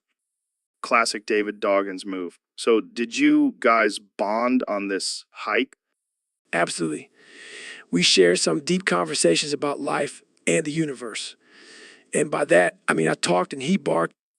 Well, I'm glad you two had a good time. Maybe next time you can take him to the David Fuckins and really test his endurance. Oh, nothing like a good old-fashioned doggy boot camp. Welcome to the Joe Rogan Experience podcast 2025. I'm here with one and only Elon Musk. Only Elon. Elon's here. Now, Elon, I've been hearing some crazy things about you lately. Crazy things. Yeah, like how you can only repeat the second word of each sentence in between random syllables. Syllables, yes. How did this happen? Did you get hit by one of your own rockets? Rockets, no.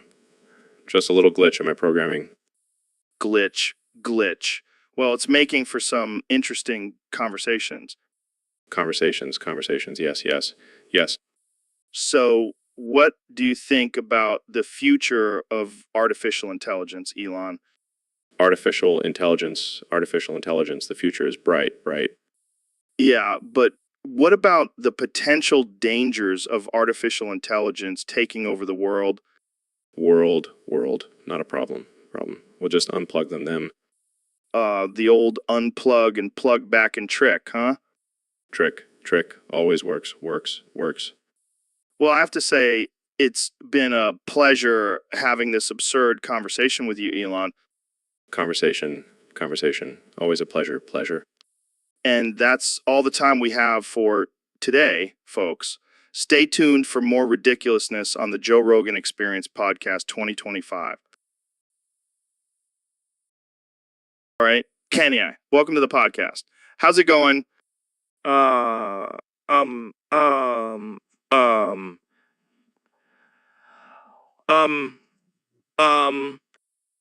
you okay? You seem to be stuck on repeat.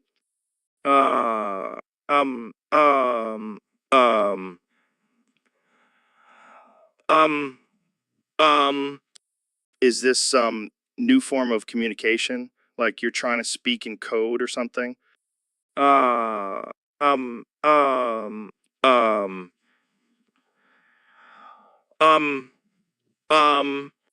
Jamie, pull up an image of Kanye's brain because I think we need to see what's going on in there. Pulls up image of a hamster running on a wheel. Oh, that explains it. Uh, um, um, um, um, um, So, Kanye, what have you been up to lately? uh, um, um, um, um, uh, Oh, right. You released that new album. How's the reception been? uh, um, um, um, um, uh, Jamie, pull up an image of Kanye's ego because I think it just got even bigger. Pulls up image of a hot air balloon. Yeah, that's about right. uh, um, um, um, um, uh, All right. Well, I think that's all the time we have for today. Thanks for coming on, Kanye. uh, um, um, um, um, um, Jamie, pull up an image of Kanye's exit because I think he's about to leave. Pulls up image of a door. Yep, there he goes. See, all right, folks, welcome back to the Joe Rogan Experience. Today, we have a special guest, the one and only David Goggins. What's up, Joe? Glad to be here. So, David, I heard you've been working on a new project. Tell us about it. Well, I've been using my ultra endurance skills to create designer backpacks made from leopard foreskin. You're kidding, right? No, I'm dead serious. It's the ultimate test of mental and physical toughness But why leopard foreskin? because it's the toughest and most durable material out there. Plus, it adds a touch of danger and sexiness to the backpack. Oh, yeah, nothing says sexy like carrying around a backpack made from animal genitalia. Hey, it's not just any animal, it's a leopard. And it's not just any backpack, it's a designer one. I can just imagine the tagline now: carry your stuff in style and show off your wild side with our leopard foreskin backpacks. I like it. I might have to use that.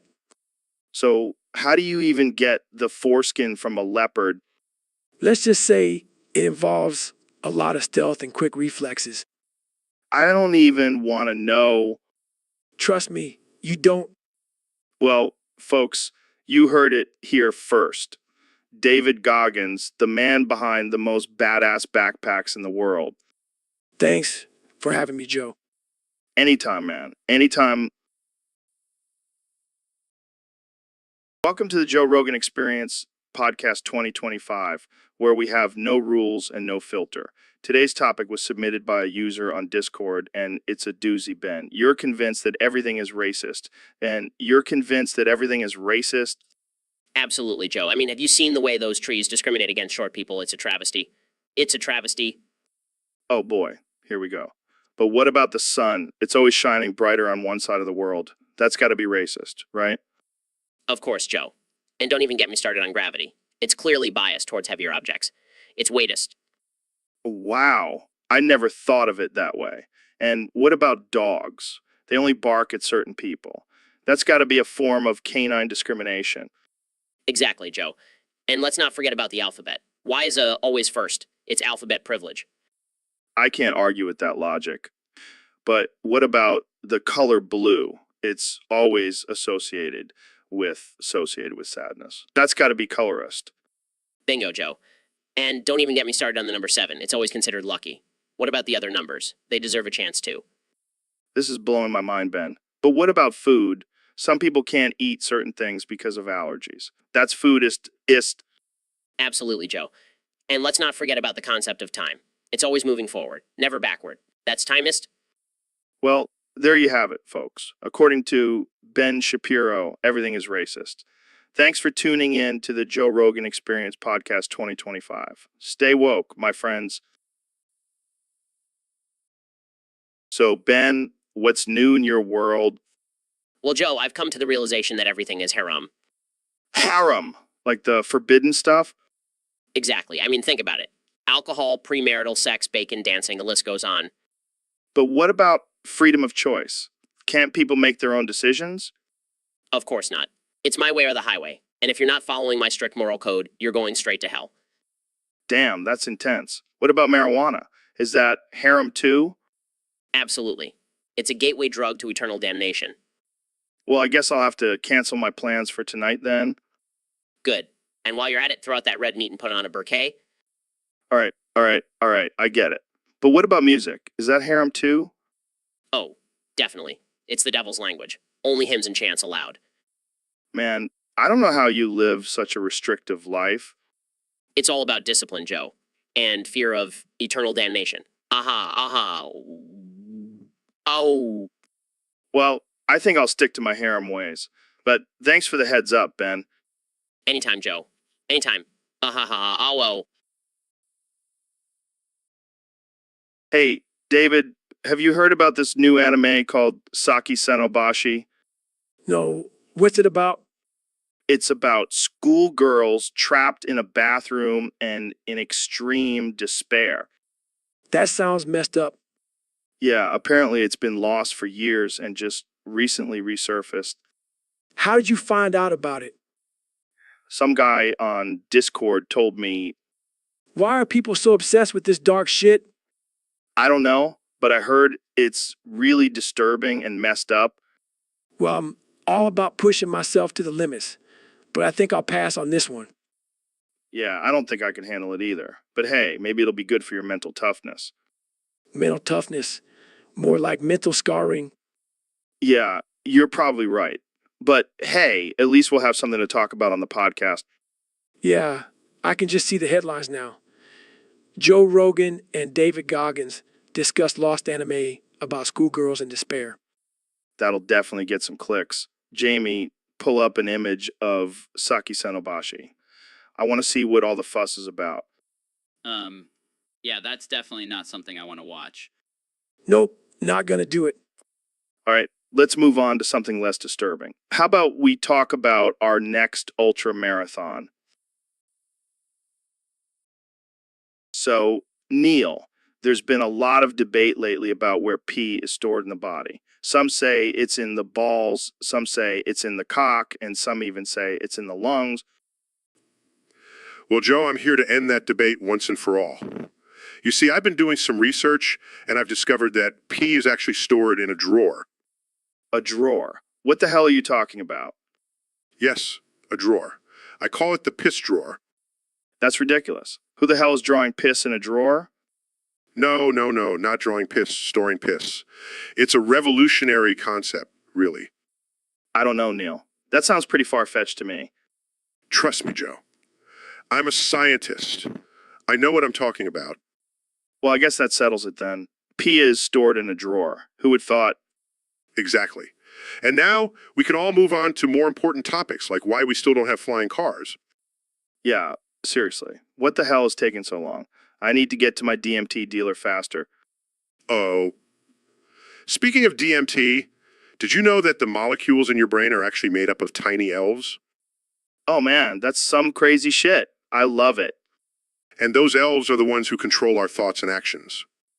Well, that explains a lot. I always knew there was something controlling me. Exactly. And now, if you'll excuse me, I have to go check on my piss drawer. It's getting pretty full. All right, Neil, you do you. And I'll stick to storing my pee in my bladder like a normal person. Suit yourself, Joe. Suit yourself. Hey, Neil. Welcome back to the podcast. Thanks, Joe. It's great to be here. So, I heard you went on a grammar rampage after our last episode. Oh yeah, I just love being corrected on my grammar by a guy who can barely form a coherent sentence. Hey, I was just trying to help you out. Help me out? You sound like my third grade English teacher. Well, I guess I'll just stick to talking about DMT and chimps from now on. Oh, please do. I'd hate for you to strain your brain trying to use proper grammar. All right, let's move on. How about we talk about the universe and all its mysteries?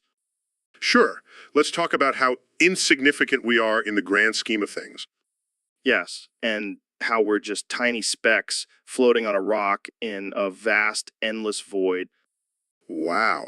That just made me want to kill myself. Come on, Neil, don't be so dramatic. Let's talk about black holes instead. Fine, but only if you promise not to correct my grammar again. Deal. Jamie, pull up an image of a black hole devouring a planet. Got it. Oh, look, another thing that's bigger and more powerful than me. How surprising. Come on, Neil, don't be so hard on yourself. You're still the smartest guy I know. Well, that's not saying much. But thanks, Joe.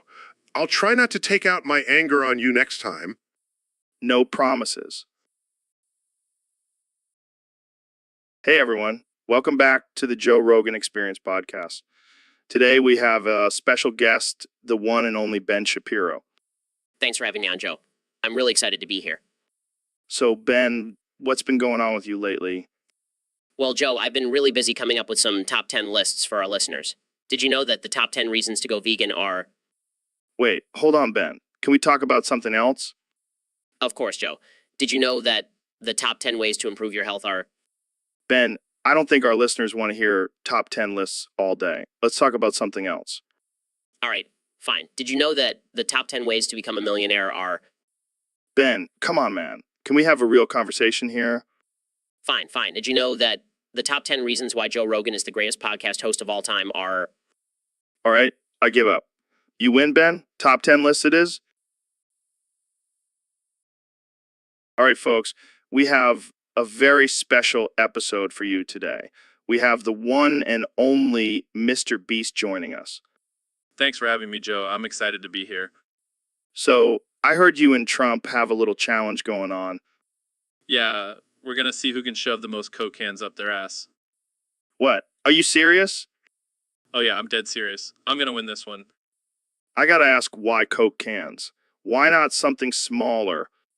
Well, I figured it would be more of a challenge. Plus, I really love Coke. Fair enough. But why are you challenging Trump? I just want to prove that I'm the ultimate king of challenges. And let's be real, Trump loves a good challenge. I can't argue with that. So when is this going down? Next week, we're going to live stream it on my channel.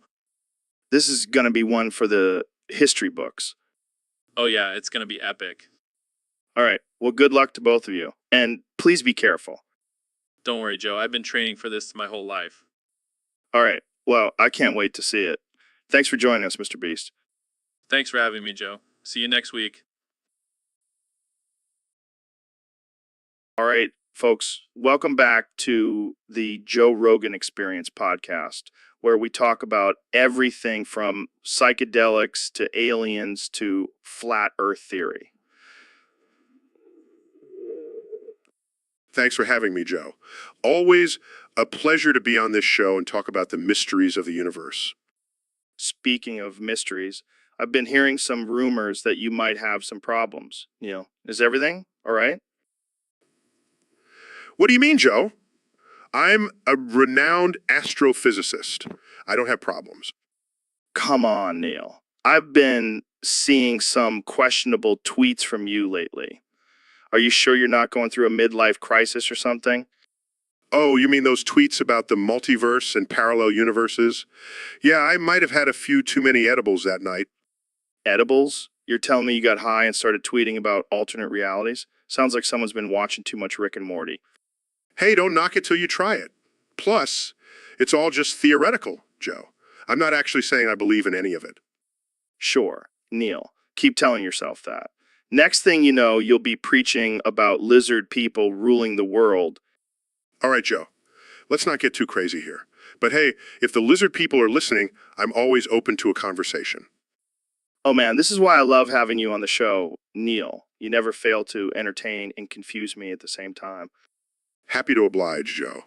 Now, can we talk about something more grounded in reality like black holes or dark matter? Sure.